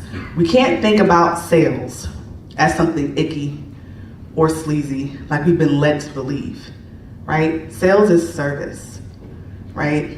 You want a business. You want to be an entrepreneur. The literal definition of a business is to exchange products or services for currency. So if you are not selling, by definition, you do not have a business, okay? So we need to really embrace sales, right? How many people are hurting because you haven't created that offer or put that offer out yet? How many people are hurting because they haven't heard your voice? How many people are just waiting for you to stand up and raise your hand and say, hey, like, I have this product or this service that's gonna change lives. So if we start to look at sales as being service, then you will be able to communicate your offers and what you have with clarity and confidence. Then systems, which I think is my favorite part. Shout out to everybody who's in the tech field or in STEM. So systems is not just technology. Systems are also processes and procedures that help you run your business. Those two things together, right? So your technology is going to support your processes and procedures in your business, right? It's going to help you be more efficient, but you still got to have processes and procedures, which is why it's important for you to document what you do every day, especially as a CEO, because when it comes time to hire people, you're not going to know, right? So look, listen, you're not going to know what positions you even need. You're just doing anything and everything every single day. Like just randomness. How are you gonna train someone on randomness? It doesn't work. Listen, I have had some jobs where it was some randomness, okay? So you need to not be random. Document what you do, because guess what? As the CEO, whether we want to or not, because think about companies that if you have a 9-to-5 where you may have worked for, they got departments that do marketing, that do sales, that do comms, that do PR, right? Guess what you're gonna do? Because you opened your business. Marketing, sales, comms, PR, tech, all the things. You put on all the hats. But if you want to elevate yourself and become what I call an empowered CEO, your job is to work yourself out of those hats so that you can actually put on the empowered CEO, the visionary hat, and steer the ship, fly the plane, whatever floats your boat in that analogy. So yes, very, very important. Systems are important. Systems equal consistency, which is what you need. You want to see success? Be consistent in whatever you're doing, right? Then finally, there's scaling. Scaling is nothing more than optimization of resources, right? So your time, your team's time, elevating your client experience, right? And adding more income streams, multiple income streams. So for those of you guys who are either in the online space or maybe not even in the online space, you're gonna have your product or your service as your active stream of income, right? The thing that you or your staff are putting their time into to deliver, right? But then there's so many other ways to earn. Courses are one of my favorite ways, right? Put your knowledge and expertise in something self-paced that'll work for you when you're sleeping. Affiliate marketing, the tools and things that you use every single day that you may just recommend to people because you love them. There's an opportunity for you to earn there, right? Licensing. Tony Robbins has a good model for that, right? Because you can be a Tony Robbins coach. He has literally licensed out his brand, so you can use his name. Things to think about to elevate your own brand and get more eyes on your brand and also be able to earn. So many other ways that you can earn. Royalties is another way, franchising, so many different ways, right? We're not limited to or should be addicted to the hustle of always being active, like doing the active income, like us doing the work.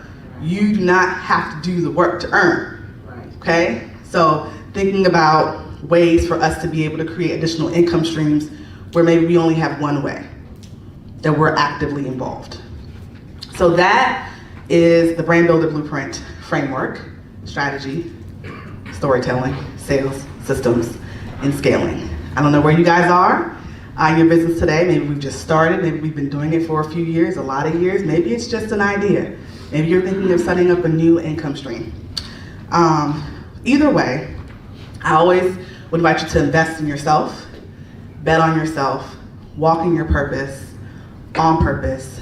Don't be afraid to take the next step. I invite you guys to connect with me. You can apply for the Brand Builder Blueprint at slayhardeveryday.co. Again, that's what the SHE stands for, slayhardeveryday.co. And you can also connect with me on Instagram at I_simply_she. And I'm Krystal Vernee, and thank you so much. Hey.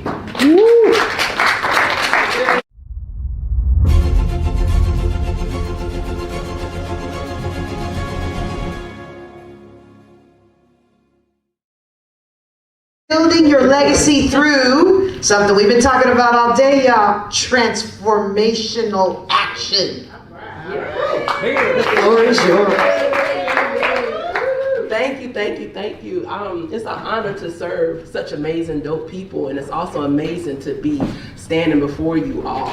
And I'm not going to be before you all long because I'm not that long speaker. And plus, my coach be watching. She got her pen and a piece of paper.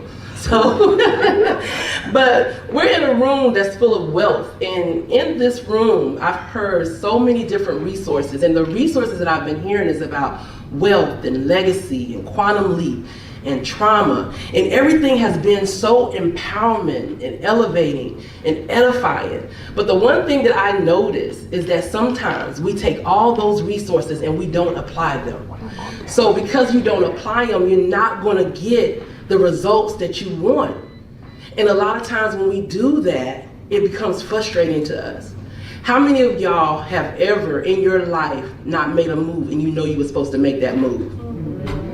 I can't hear y'all. Oh, okay then. I want y'all to talk back to me, because I don't want to feel like I'm up here by myself. Because I know that there was a time in my life when I didn't make a move, and it cost me dearly. And what it cost me was me becoming broken. It cost me to lose my self-esteem. It cost me not understanding the value of who I am and what I can carry. And transformation is so important. But one thing I want to teach y'all on today, transformation does not do any good if you do not get into action. And one of the actions that you have to get into is that mindset. Because our mindset is very wealthy. And the other thing is action. Ask yourself, what stopped me from moving before? I can tell y'all what stopped me from moving before. I was told I would never amount to anything.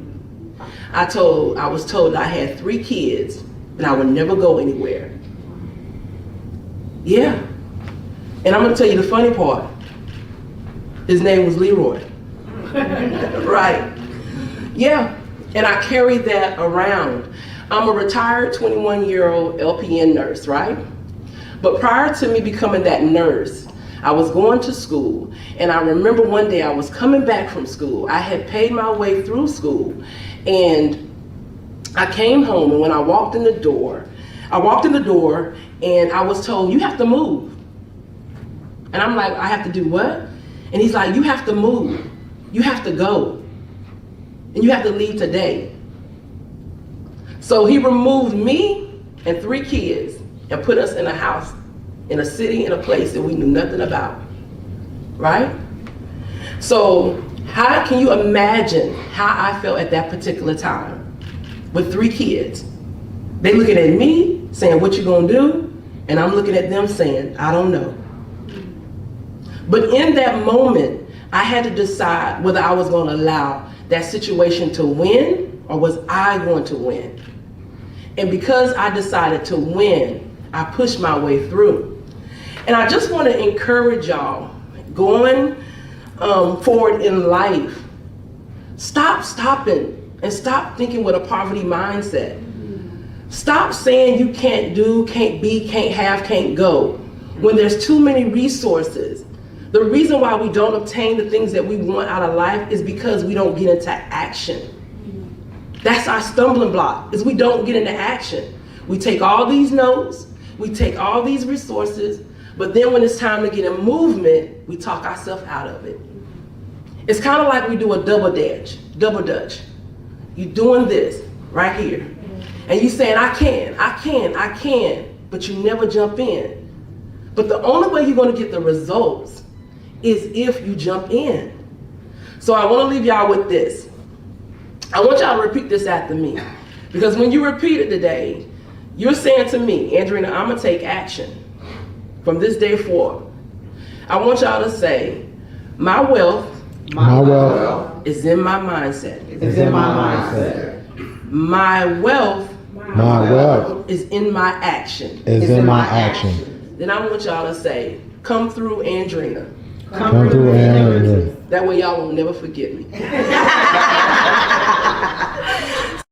For putting such an amazing event. And I am grateful that she gave me the honor to serve with her and to serve some amazing people. And I really, truly enjoyed everything about this experience. And you can reach me on Instagram at keep_moving with Andrena. With Andrena on Instagram. You can also follow me on my website.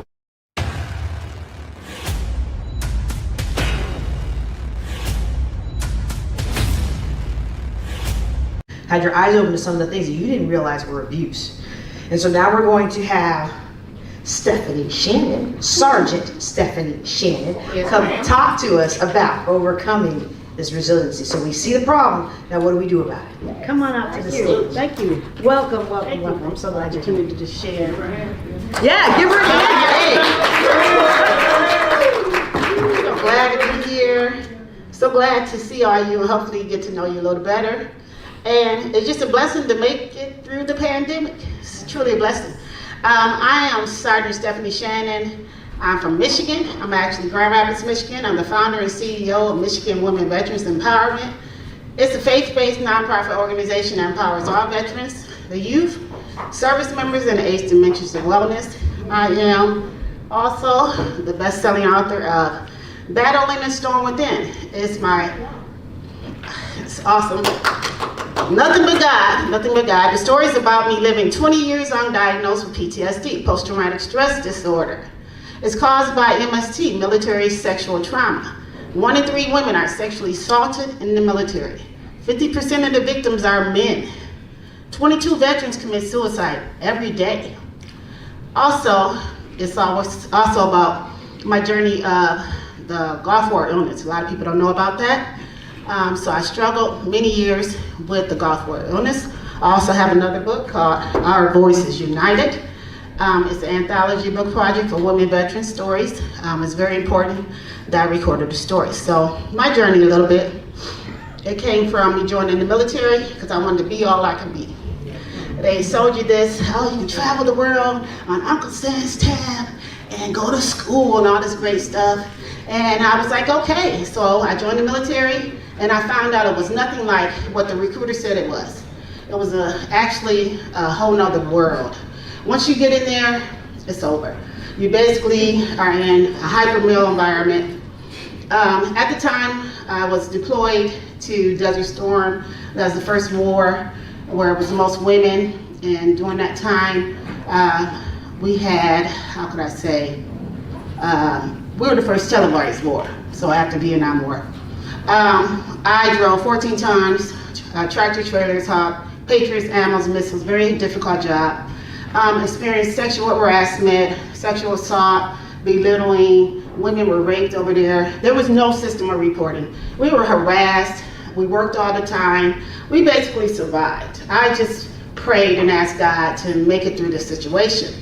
After I got back home, I came home and it's called an exit interview. Whenever you're deployed, everybody in the military does not have this experience. I'm not down in the military. I'm just basically uncover what happens in the military. I told them about what I experienced. I reported it and there was nothing done. And I call it friendly fire. So it was happening to me with my comrades and to my leaders. So when I reported it, I was belittled. I was put on harsher duties. I experienced having my pelvic cracked. I was, injured in accidents. Nothing was done. So I was just glad to be alive. We had Scud missiles. It was the first time when they had a POW, a prisoner of war. It was a woman. A lot of things was going on that they did not report media. So when we got back home, I told them about my sleep disturbance, everything was going on. When you say PTSD, they do not equate it to a woman. They equate it to like combat infantry. You gotta have something missing, an arm, didn't blow it up, so they belittled it. I told them everything I was going through, and they basically said it was all in my head. So there was no support basis for women. There was no women's clinic, so I suffered. I suffered in silence. I struggled. So being a preacher's kid and raised in the church, that's one thing I did have. I did have that in me. I learned how to pray. I asked God. I said, Lord, you allow me to make it back. I said, I'm in pain, I'm suffering. But the church wasn't a support base. Because when I came to them, be strong in the Lord and the power of the might. Put oil on my forehead, I tarry, but I was still in pain. And I was talking about counseling. The Holy Spirit is your counselor. I was like, I'm trying to process this. So it really wasn't any counseling available. And one thing about the church, we do have, yes, we have pastors, I'm licensed ordained, but also we don't have professionals, what I mean, in trauma, we was talking about trauma. And also what we do, they tell you business, and they preach on you over the pulpit, or they get on the phone, and they start talking about you. I'm just letting you know so we can pray for it. But everybody know your business. So a lot of times you suffer, and you're in pain, and you're struggling, and nobody can hear you because everybody know your business. So I basically hid it, and I struggled, and I was depressed and had suicidal ideations and wanted to no longer live, because I didn't want to live this life, because I was like, oh my God, I'm back home, I'm estranged from family, I don't trust nobody, I don't have a support. So I was distant, but I was quiet. I struggled, got my degree, went to social work, and I helped children. Child welfare system, anybody know about that? It's very difficult, abuse and neglect, state boards and court, very traumatizing job every day. So I was pouring out, giving my all to everybody else. I burned myself out, got married, narcissist. You attract them. If you're empath and you love people and you want to help everybody else, you give your all. Women, we're nurturers. We always want to help everybody else, we give somebody else something, but we don't give it to ourselves. And they consider it selfish, but it's not. Self-care is not selfish, it's self-preservation. And I didn't know that at that time. So I ended up becoming actually a homeless veteran because I worked and my doctor took me off on stress leave. I met a black female psychiatrist. And I was like, I ain't taking no medications, I ain't taking no pills, we don't do that. Black folks don't do that. Our ancestors didn't do that. We don't do that kind of stuff. We don't go to therapy. Talk about what, you know? And she was like, Stephanie, you know, we have to. But these are real issues that we have in our culture because our ancestors didn't have this privilege. And then we talk about the mental health, psychiatry in this field. It's about 4% of us that represent it. I want somebody that look like me that can get it. If I say something, you can relate to me. So she helped me, Stephanie, get on this, and it did help me. It helped me with my depression, my anxiety. It helped me process the counseling and hear. It helped me to be able to understand some of the situations, but still, I could not work anymore. I was burnt crispy. So actually becoming a homeless veteran, hitting rock bottom, I came into the system. And when I came into the system, well, actually, I ended up going into therapy. I started applying what I knew, and that's where the healing began. So I encourage anybody that experienced trauma, prolonged exposure therapy is one of the best. And what I did was self-care. So I started figuring out and putting my power into myself, not expecting anybody to help me. Started telling my girlfriends, I started being my best friend. I started realizing that I needed to heal myself. Resiliency is taking care of yourself, not expecting anybody to do that for you, being your best friend. So healing, I created a happy place for me. I'm actually a farmer. I started farming and gardening. Because gardening and farming, what it does, it keeps you in the present. And you're taking care of these plant babies. And God gave me an assignment. He said, I gave Adam and Eve an original assignment, and it was to tend to my garden. And he told me to go back to that assignment. So actually, a lot of my healing came from that. So you have to figure out what makes me happy. So looking for another relationship and looking for someone else to do that for you, you need to do that for yourself. So resiliency, when you think about it, is that we have that. We have trauma in our DNA as African Americans, but also we have the ability to also heal ourselves. So anything toxic, unhealthy people, you often outgrow people. When you're talking about success, becoming authors, starting nonprofits, you often outgrow people. A lot of times you tell someone and they may get envious or jealous of you. You go to the next level, someone that's more like an iron sharpened iron relationship. So it's very important when you have goals and dreams that you don't focus on your past. You can only take care of what, okay, I've experienced this, I'm gonna move forward, I'm gonna release this person, and I'm gonna give the gift of love and life to myself. Because you attract what you are. So I found out when I started healing myself, I started meeting healing and happier people. Yes. So as long as I stopped being a victim, they did this, they did that. I forgave them, and I forgive, and I forgave again, but I didn't reconcile. I set boundaries. Boundaries is very necessary. You gotta close those doors and just shut it down. Even if you don't speak again, you can forgive someone that has passed, someone you divorced, or someone that might even be in this room, or even your church. You know, even your pastor. Nope. I forgive you, I love you, but I can't do this. So God told me that that's a way of honoring yourself and the gift he has in you. So it's so important that interpersonal trauma, and it did affect my finances. So after I started healing myself, believing in God in me, and I spoke to God, and my relationship with him is first. Seek ye first the kingdom of God and all his righteousness, and all these things shall be added unto you. So he will add life, he will add peace, and he will add the pieces unto you. So today in this conference, I'm so excited to be a part of this, and I believe that what happens is that you can go to all these conferences, all these seminars, and all these things, but you have to apply what you know. So leaving here, and these people that's here, and the things you gather, make sure you gather these nuggets, you apply it to your life, and know that you are responsible for your peace, and the peace is not something that comes outside or within. Thanks for listening. I'm all over here like, amen, amen. Except for the part about forgetting your pastor. Now, Abundance Church of the Living God International folks, if you need to forgive me, please forgive me. I do the best I can do. You know, I'm still, I preach holiness and righteousness, but I'm still a work in progress. But we really do have to forgive. And I'm going to hang on this for a second because spirituality is so important in our culture.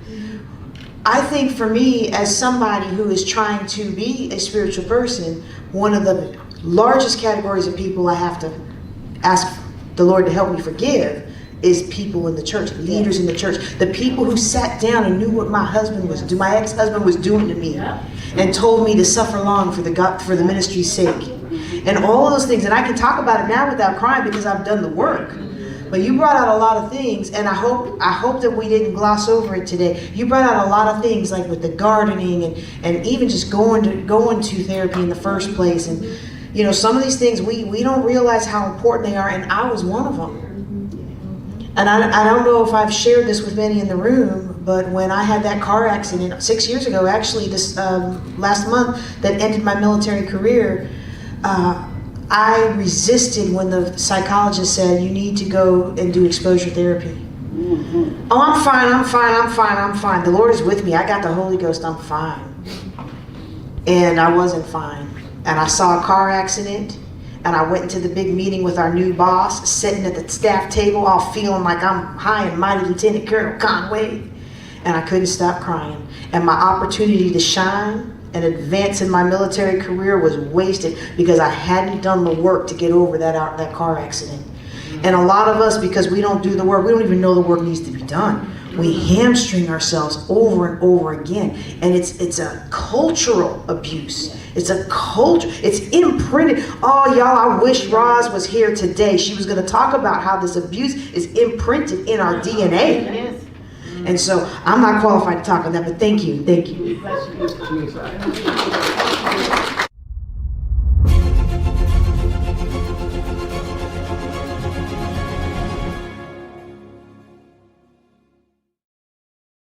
We're going to bring up to the stage someone who I have enjoyed talking with because, her wealth theory is so much similar to what I teach. And I don't stifle anybody today. I believe there's enough people out there. Now, look, I've learned from Dr. Cheryl, don't train up your competition. Make sure they have a little something different. but there's enough need. I cannot reach everybody. And even if I could, everybody don't resonate with J.J. Conway. So everybody has a different style, everybody has different energy, and so I'm all about, if somebody is teaching people how to manage their wealthy mindset, I am all about bringing them to you. So today we have Asia K. She is going to talk to you about quantum wealth theory. And as a physicist in the Air Force, I am mad I didn't come up with that. Let's give her a hand, y'all. Hello, everybody. Hello. JJ had a perfect segue talking about the 500 millionaire and the beliefs that we have, because the quantum wealth theory is just that. It's exploring our money beliefs, the ones that we don't even realize we have. So I'm going to stay on time. I tried to jam pack as much as I could in this 10-minute slide, and I want to make sure that I'm honoring our time today. So forgive me if I talk fast. Also, I'm a little excited, and I talk fast normally anyway, so. My name is Asia Kirkendall, and I started ACE Financial Matters to teach kids about money. We'll talk about my experience and how I got there, and here we go. Also, especially in this legacy conversation, if we talk about generational wealth and legacy, we have to realize that bringing the kids in on this conversation is absolutely necessary. So our quick agenda for today, I'm going to tell you about who I am, how I learned what I'm about to share with you. We're going to define what legacy and generational wealth is so we can be on the same page. I'm going to introduce the quantum wealth theory briefly, and then I'm going to preview 2 of the 7 phases of that quantum wealth theory. Asia Kirkendall, there's no R. I'm from Austin and San Antonio, Texas, but I've been in Atlanta for the last 8 years. I'm the firstborn of 4 siblings, and FOE, that stands for family over everything. And that's what's most important for me. That's why I do this work that I do. The reason why I'm striving to make more money so I can have more freedom to spend with my family. And first generation, because I grew up, my parents told me, you're gonna go to school because we don't want you to have the same financial challenges that we have. So going to school, getting that good job, surely that's what's gonna prevent you from having those same financial struggles. So I went to school, got my bachelor's in accounting, got my master's in finance. But I only bring that up because what I'm gonna share with you today is not what I learned in school. They taught me how to manage business finances. They didn't teach me how to manage personal finance. So my money lessons come from real life experiences. It came from my 9th birthday when I got a couple $100s in birthday cash, but my mom needed to borrow it to pay the light bill that was past due. And so this experience taught me that to be insecure with money, believing there was always gonna be something outside of myself that was gonna come in and take priority, and ultimately led to me hoarding money growing up. Oh, not yet. The other experience I learned was 2014 when I decided to move to Atlanta. I had this vision and motivation for something that I wanted. And so for the next 12 months, I saved $10,000 because I had something that was able to keep me disciplined in my day-to-day decisions. I learned about money in 2019 when I decided to quit my good job to be a full-time entrepreneur. I spent the next 4 years with the inconsistent cash flow. And what that taught me was to be super clear about my goals and desires and making sure that my actions and what I spent day to day aligned with that, because having to be lean on an entrepreneur budget was essential. And most importantly, the biggest money lesson I learned was in 2017 when I ruptured my Achilles tendon playing basketball. It was going to cost me $5,000 out of pocket for that surgery, which is going to be added to a $7,000 consumer balance that I wasn't doing anything with, even though I had all the disposable income in the world. And so that was the catalyst moment for me where I went to ask the question, okay, I'm technically financially literate, the degrees would say so, but there was something that I was missing because my behaviors weren't aligning with the knowledge that I had. And also I was further away from my financial goals than I ever was before. So the question was, what are the wealthy 1% doing that the rest of the 99% is missing? And for the next 3 years, from 2017 to 2020, when I first started developing the quantum wealth theory, it boils down to 3 things. Number 1, business and tax strategy, because in America, taxes are our largest expense, so we need to minimize that to use more of the income we earn. Number 2 is life insurance products, understanding that they're more than just for death benefit, there are living benefits as well. And then number 3 is what I'm here to share with you today, is the wealth mentality. And I'm sure if you're in this room, you've heard about that. Money is a mindset, being wealthy is a mindset. But I haven't heard many people talk about what that really means and how you actually build it. And so that's what the quantum wealth theory is how to build that wealth mentality. Legacy and generational wealth. Money equals grown folks business. I grew up hearing that. Who else grew up hearing that? And so back to that legacy conversation, if we agree that they go through school, kids go through school never learning about money, we're not supposed to ask our parents how much they make, we don't ask about spending decisions. And granted, it may have been with good intention, parents wanted to shield the kids from the financial challenges they may have been experiencing, but at some point we have to introduce them to the conversation about it, good or bad, because if we send them out at 18 years old into the world with never being able to have a conversation, experience, or learn about it, then we're just repeating that same cycle if we never take the time to teach. Financial stress and health. If heart disease is the #1 killer in the Black community, Chronic stress over time is a major contributor to heart disease, and financial stress, especially when passed down through generations, is a chronic stress over time. Then one might conclude that financial challenges and financial stress is one of the top killers in the Black community. And so taking control of our financial matters for the sake of our health is number one, but also if we're doing all this work to build wealth, what good is it if we're not healthy enough to experience with our families? Economic empowerment. I use this term on the flip side of financial literacy because, like I shared with my story, knowing better is just the first step. We have to build the tools and empower ourselves to actually do better. And so economic empowerment means taking it upon ourselves to decide how we want to be wealthy and how we want to experience that. And the good job, you can't pass that down, okay? And so not saying everybody has to be a business owner, but empowering ourselves to figure out what legacy and generational wealth means to us. We have to figure that out because the cookie cutter financial plans, they're likely not gonna work. I mean, they might, but you tell me how that, you tell me somebody that's worked for just getting a good job and then seeing what happens in the next generation. So what is the quantum wealth theory? It's a custom plan to help you not only identify what your true desires are, because likely you don't want green pieces of paper stacking up or digits on the bank account on your computer screen. You want experiences, you want freedom, you want love, peace, joy. And so this workbook is a step-by-step workbook that also comes with video explanations to help you read it, but also listen to it with additional explanations, and also a community app where we can learn from each other's experiences and support each other. It's the missing link to this conversation because we talk about the day-to-day actions. We don't realize all the time how our decisions day-to-day impact our financial goals and our financial health. Even if it's not money being spent, sometimes our day-to-day circumstances still impacts our finances. And then lastly, we do bring in some actual quantum physics and the idea that energy is everything. The tables that we're sitting in front of, the chairs we're sitting on, it's made of particles of matter that are held together with vibrational energy vibrating at a certain frequency. The cells in our body, same thing, matter being held together by vibrational energy. And so the example is H2O, 2 hydrogen atoms and 1 oxygen being held together with a certain frequency. That's water. What about ice and steam?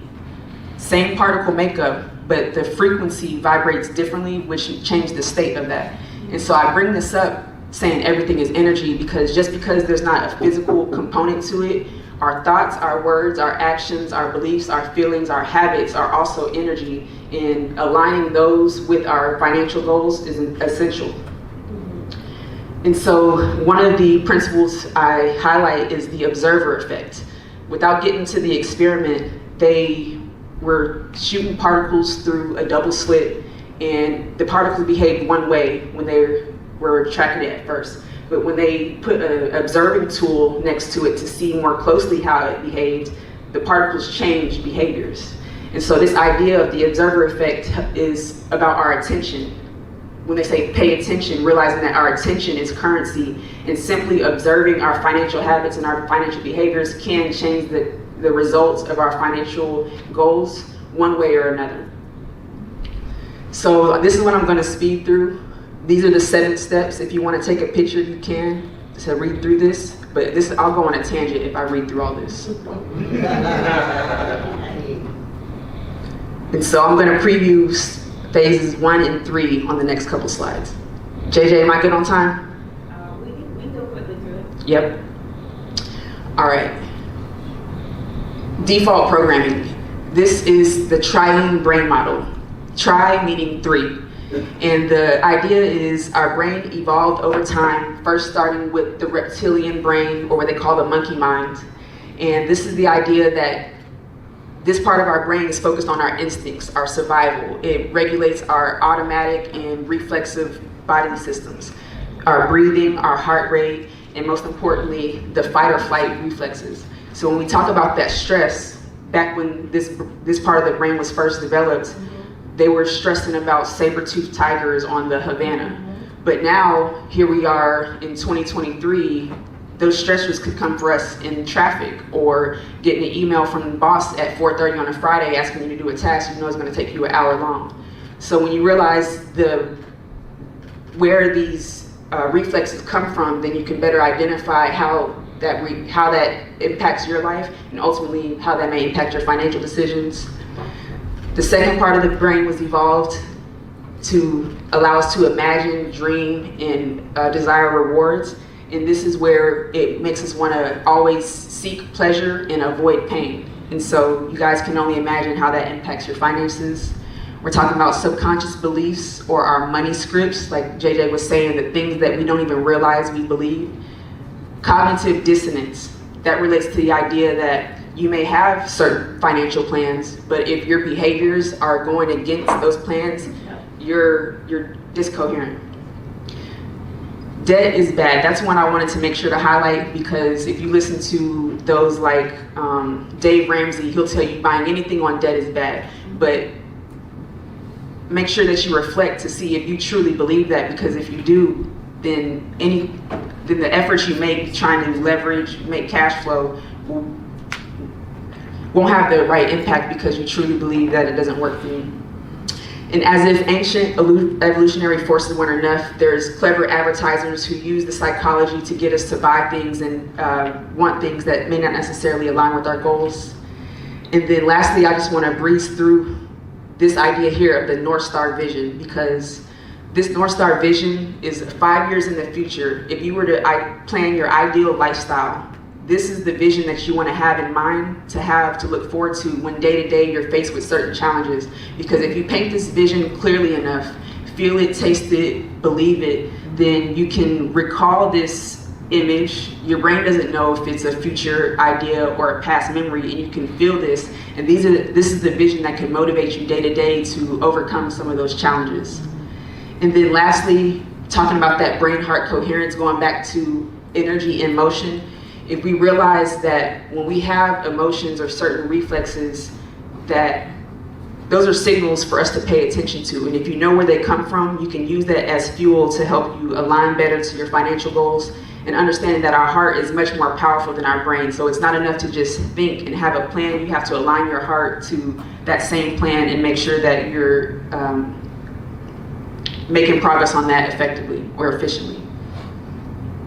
And then lastly, I'll just show you, we're talking about dopamine and where it comes from. If we know these activities give us the feeling of pleasure and happiness, and your body wants to experience that pleasure and happiness, and so it's subconsciously motivated to do more of those things. And so if we can get this dopamine in other areas of our life, then we can hack that system and make sure that we feel rewarded for working towards our goals. Not saying that we have to delay gratification, but more so positively anticipating what we want, instead of saying that you have to put it off and you can't experience joy now. And so I would ask if you could follow me. Brand strategist said I need to build my personal brands to share more. It's a curriculum that I'm gonna get licensed, because I do want to bring it into the schools, but this is part of me workshopping this material now. And I really appreciate you guys for engaging and listening to me, because this is a lifelong project for me, growing up with my mom, the single parent with the poverty mentality, and really just undoing a lot of this and sharing what I know, because like JJ said, in our community, this is major conversation, and this is what I'm here for. It's a conversation we need to have.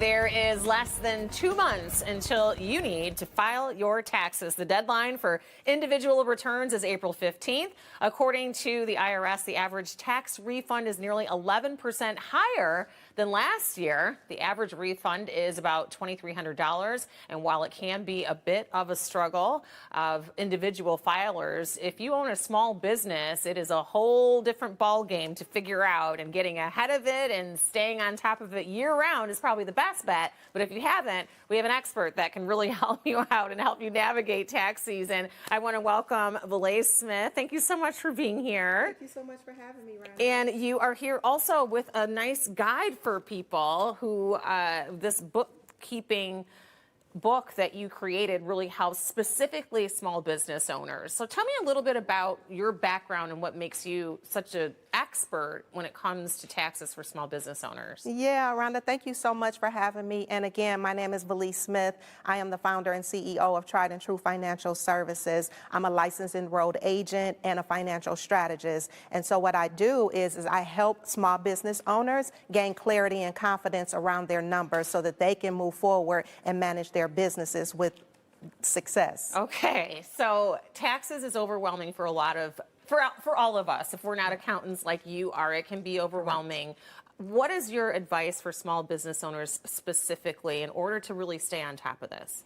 Definitely you want to, like you said earlier, take that year-round approach. Tax season is not transactional. It's not a one-time-a-year thing. By that time, you've already missed some important milestones. And so when you really work and partner with someone who can help you stay on top of your finances year-round, making sure that you have solid systems in place so that you can track your income and expenses and make those strategic financial decisions as the year moves through, and so that you're not surprised at tax time. I think sometimes when you're a small business owner, you're already working, around the clock, and then you got to do this, your paperwork and get on the computer. So what are like some techniques that make the process more efficient and easier so it's not so time consuming and overwhelming? Yeah, I think that when working on your business and working in your business is two different things, and you have to carve out that time.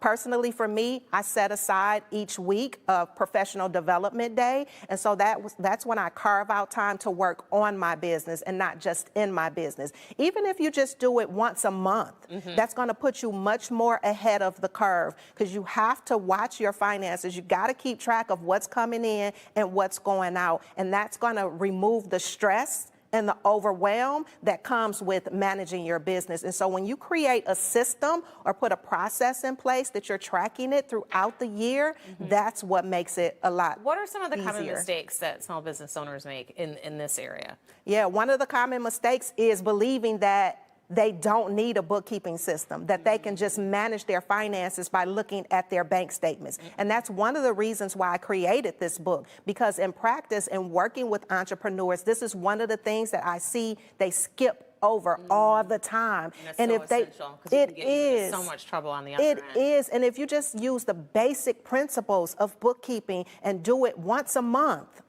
set aside an hour or 4 hours out of each month, you'll be that much further along and much confident in your business. And so this book is really a guide for business owners, but also you're a resource as well. Absolutely.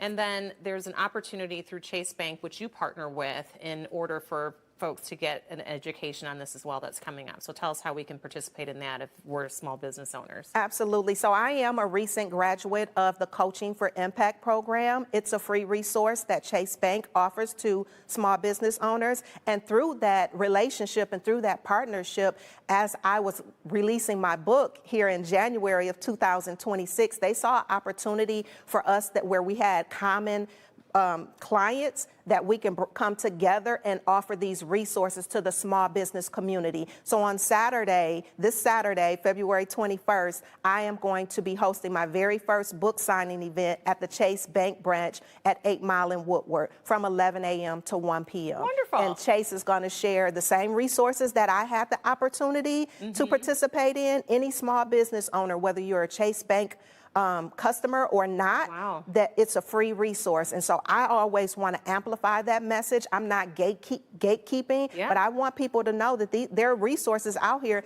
to help you, simple resources. At no cost, which sounds like, what's the catch? Absolutely. And there's no catch. There's no catch. All right, well, You congratulations just got to show on up. the book. How do we get this? So this book, you can find it on my website at triedandtruefs.com or on Amazon. Okay, well, congrats, and thank you so much for putting this together. That's a great resource. Thank you for having me. I appreciate it. Appreciate it. It's good meeting you.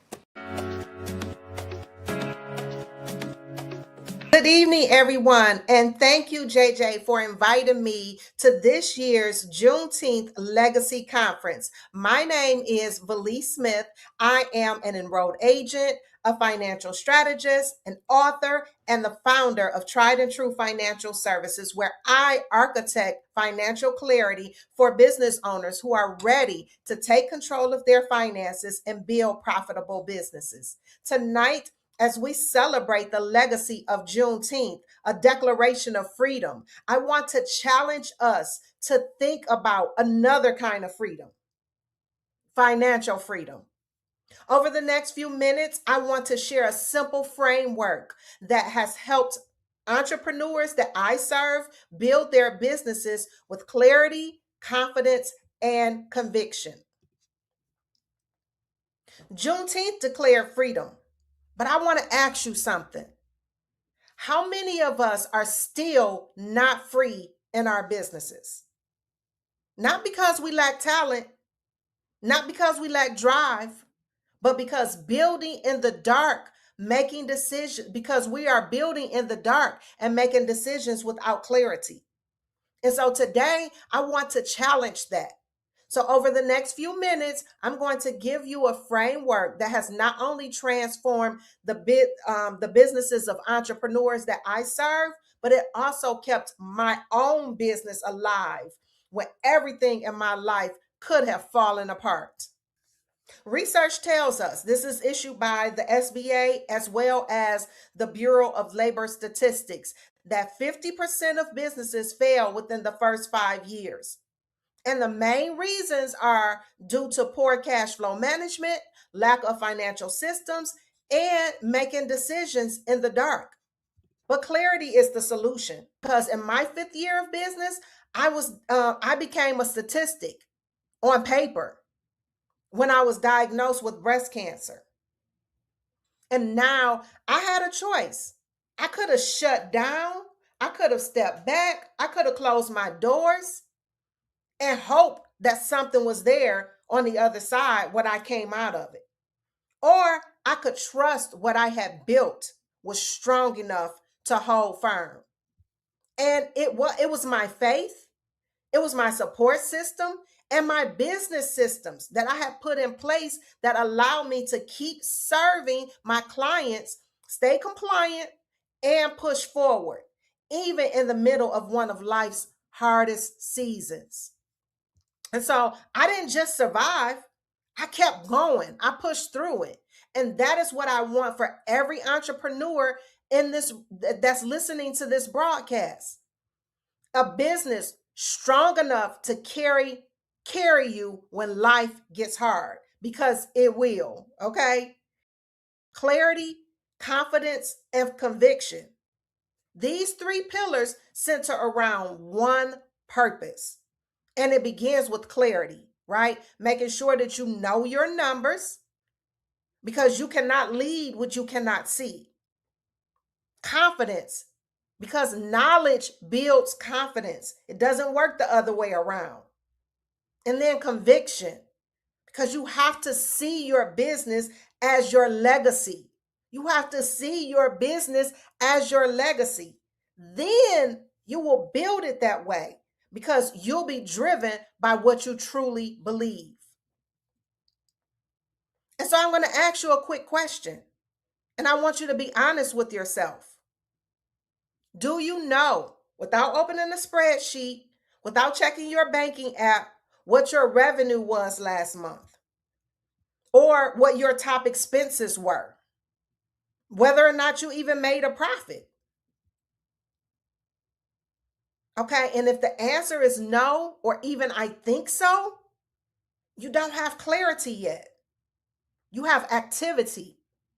And activity without clarity is just expensive, busy work. We don't want to just be booked and busy. We need clarity. Clarity means that you know your numbers, you know where your money is coming from, you know where your money is going, and what's left over. You know what your profit margins are. You know what your break-even point is. You know how much money that you got to make to cover your expenses. Freedom is not just political.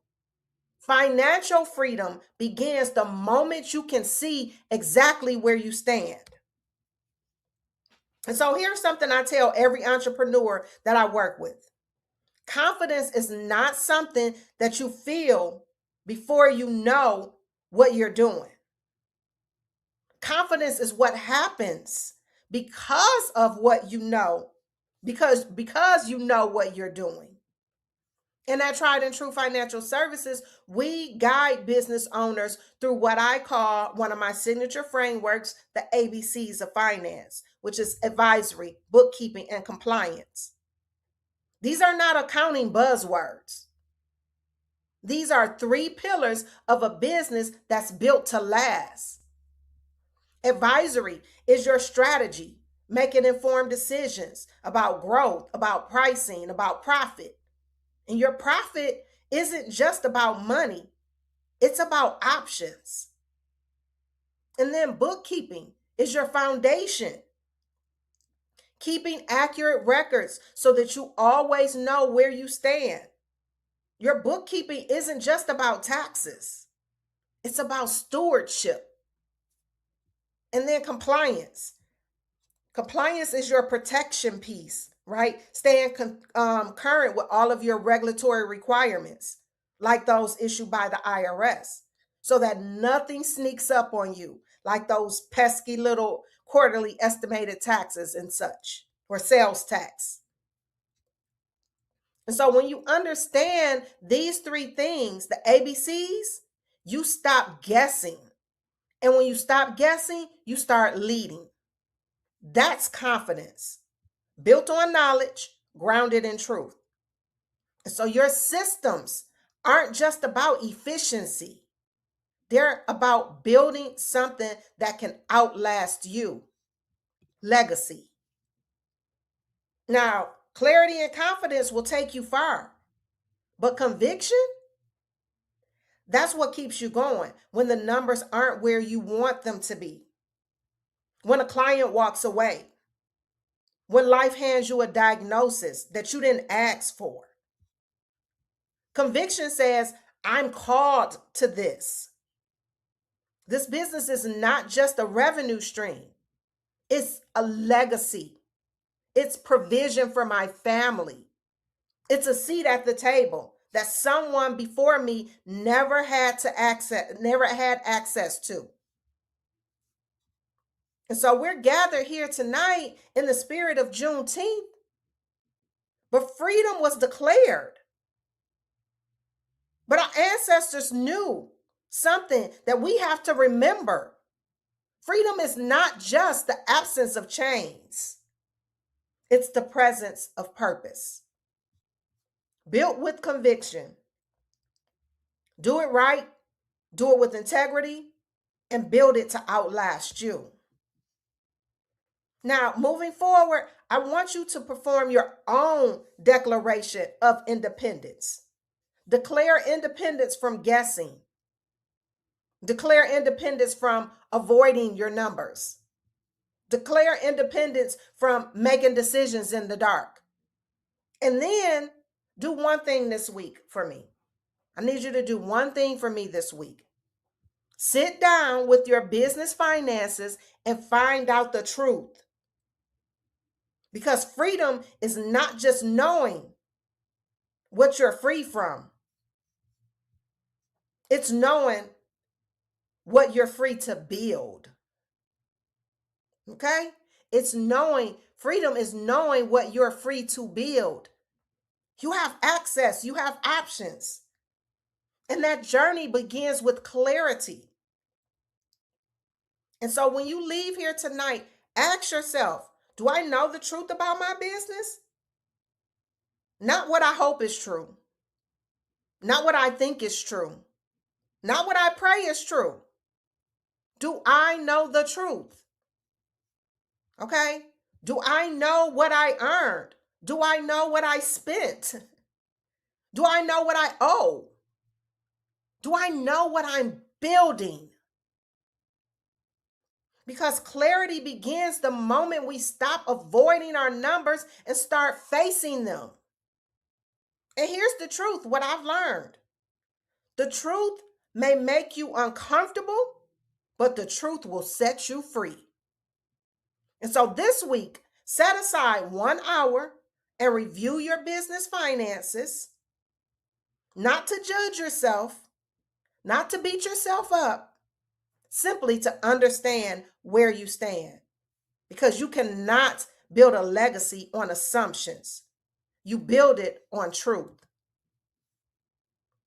And so if this information, this session resonated with you, know this: Juneteenth is a declaration, it's legacy. I'm asking you to make a declaration of your own.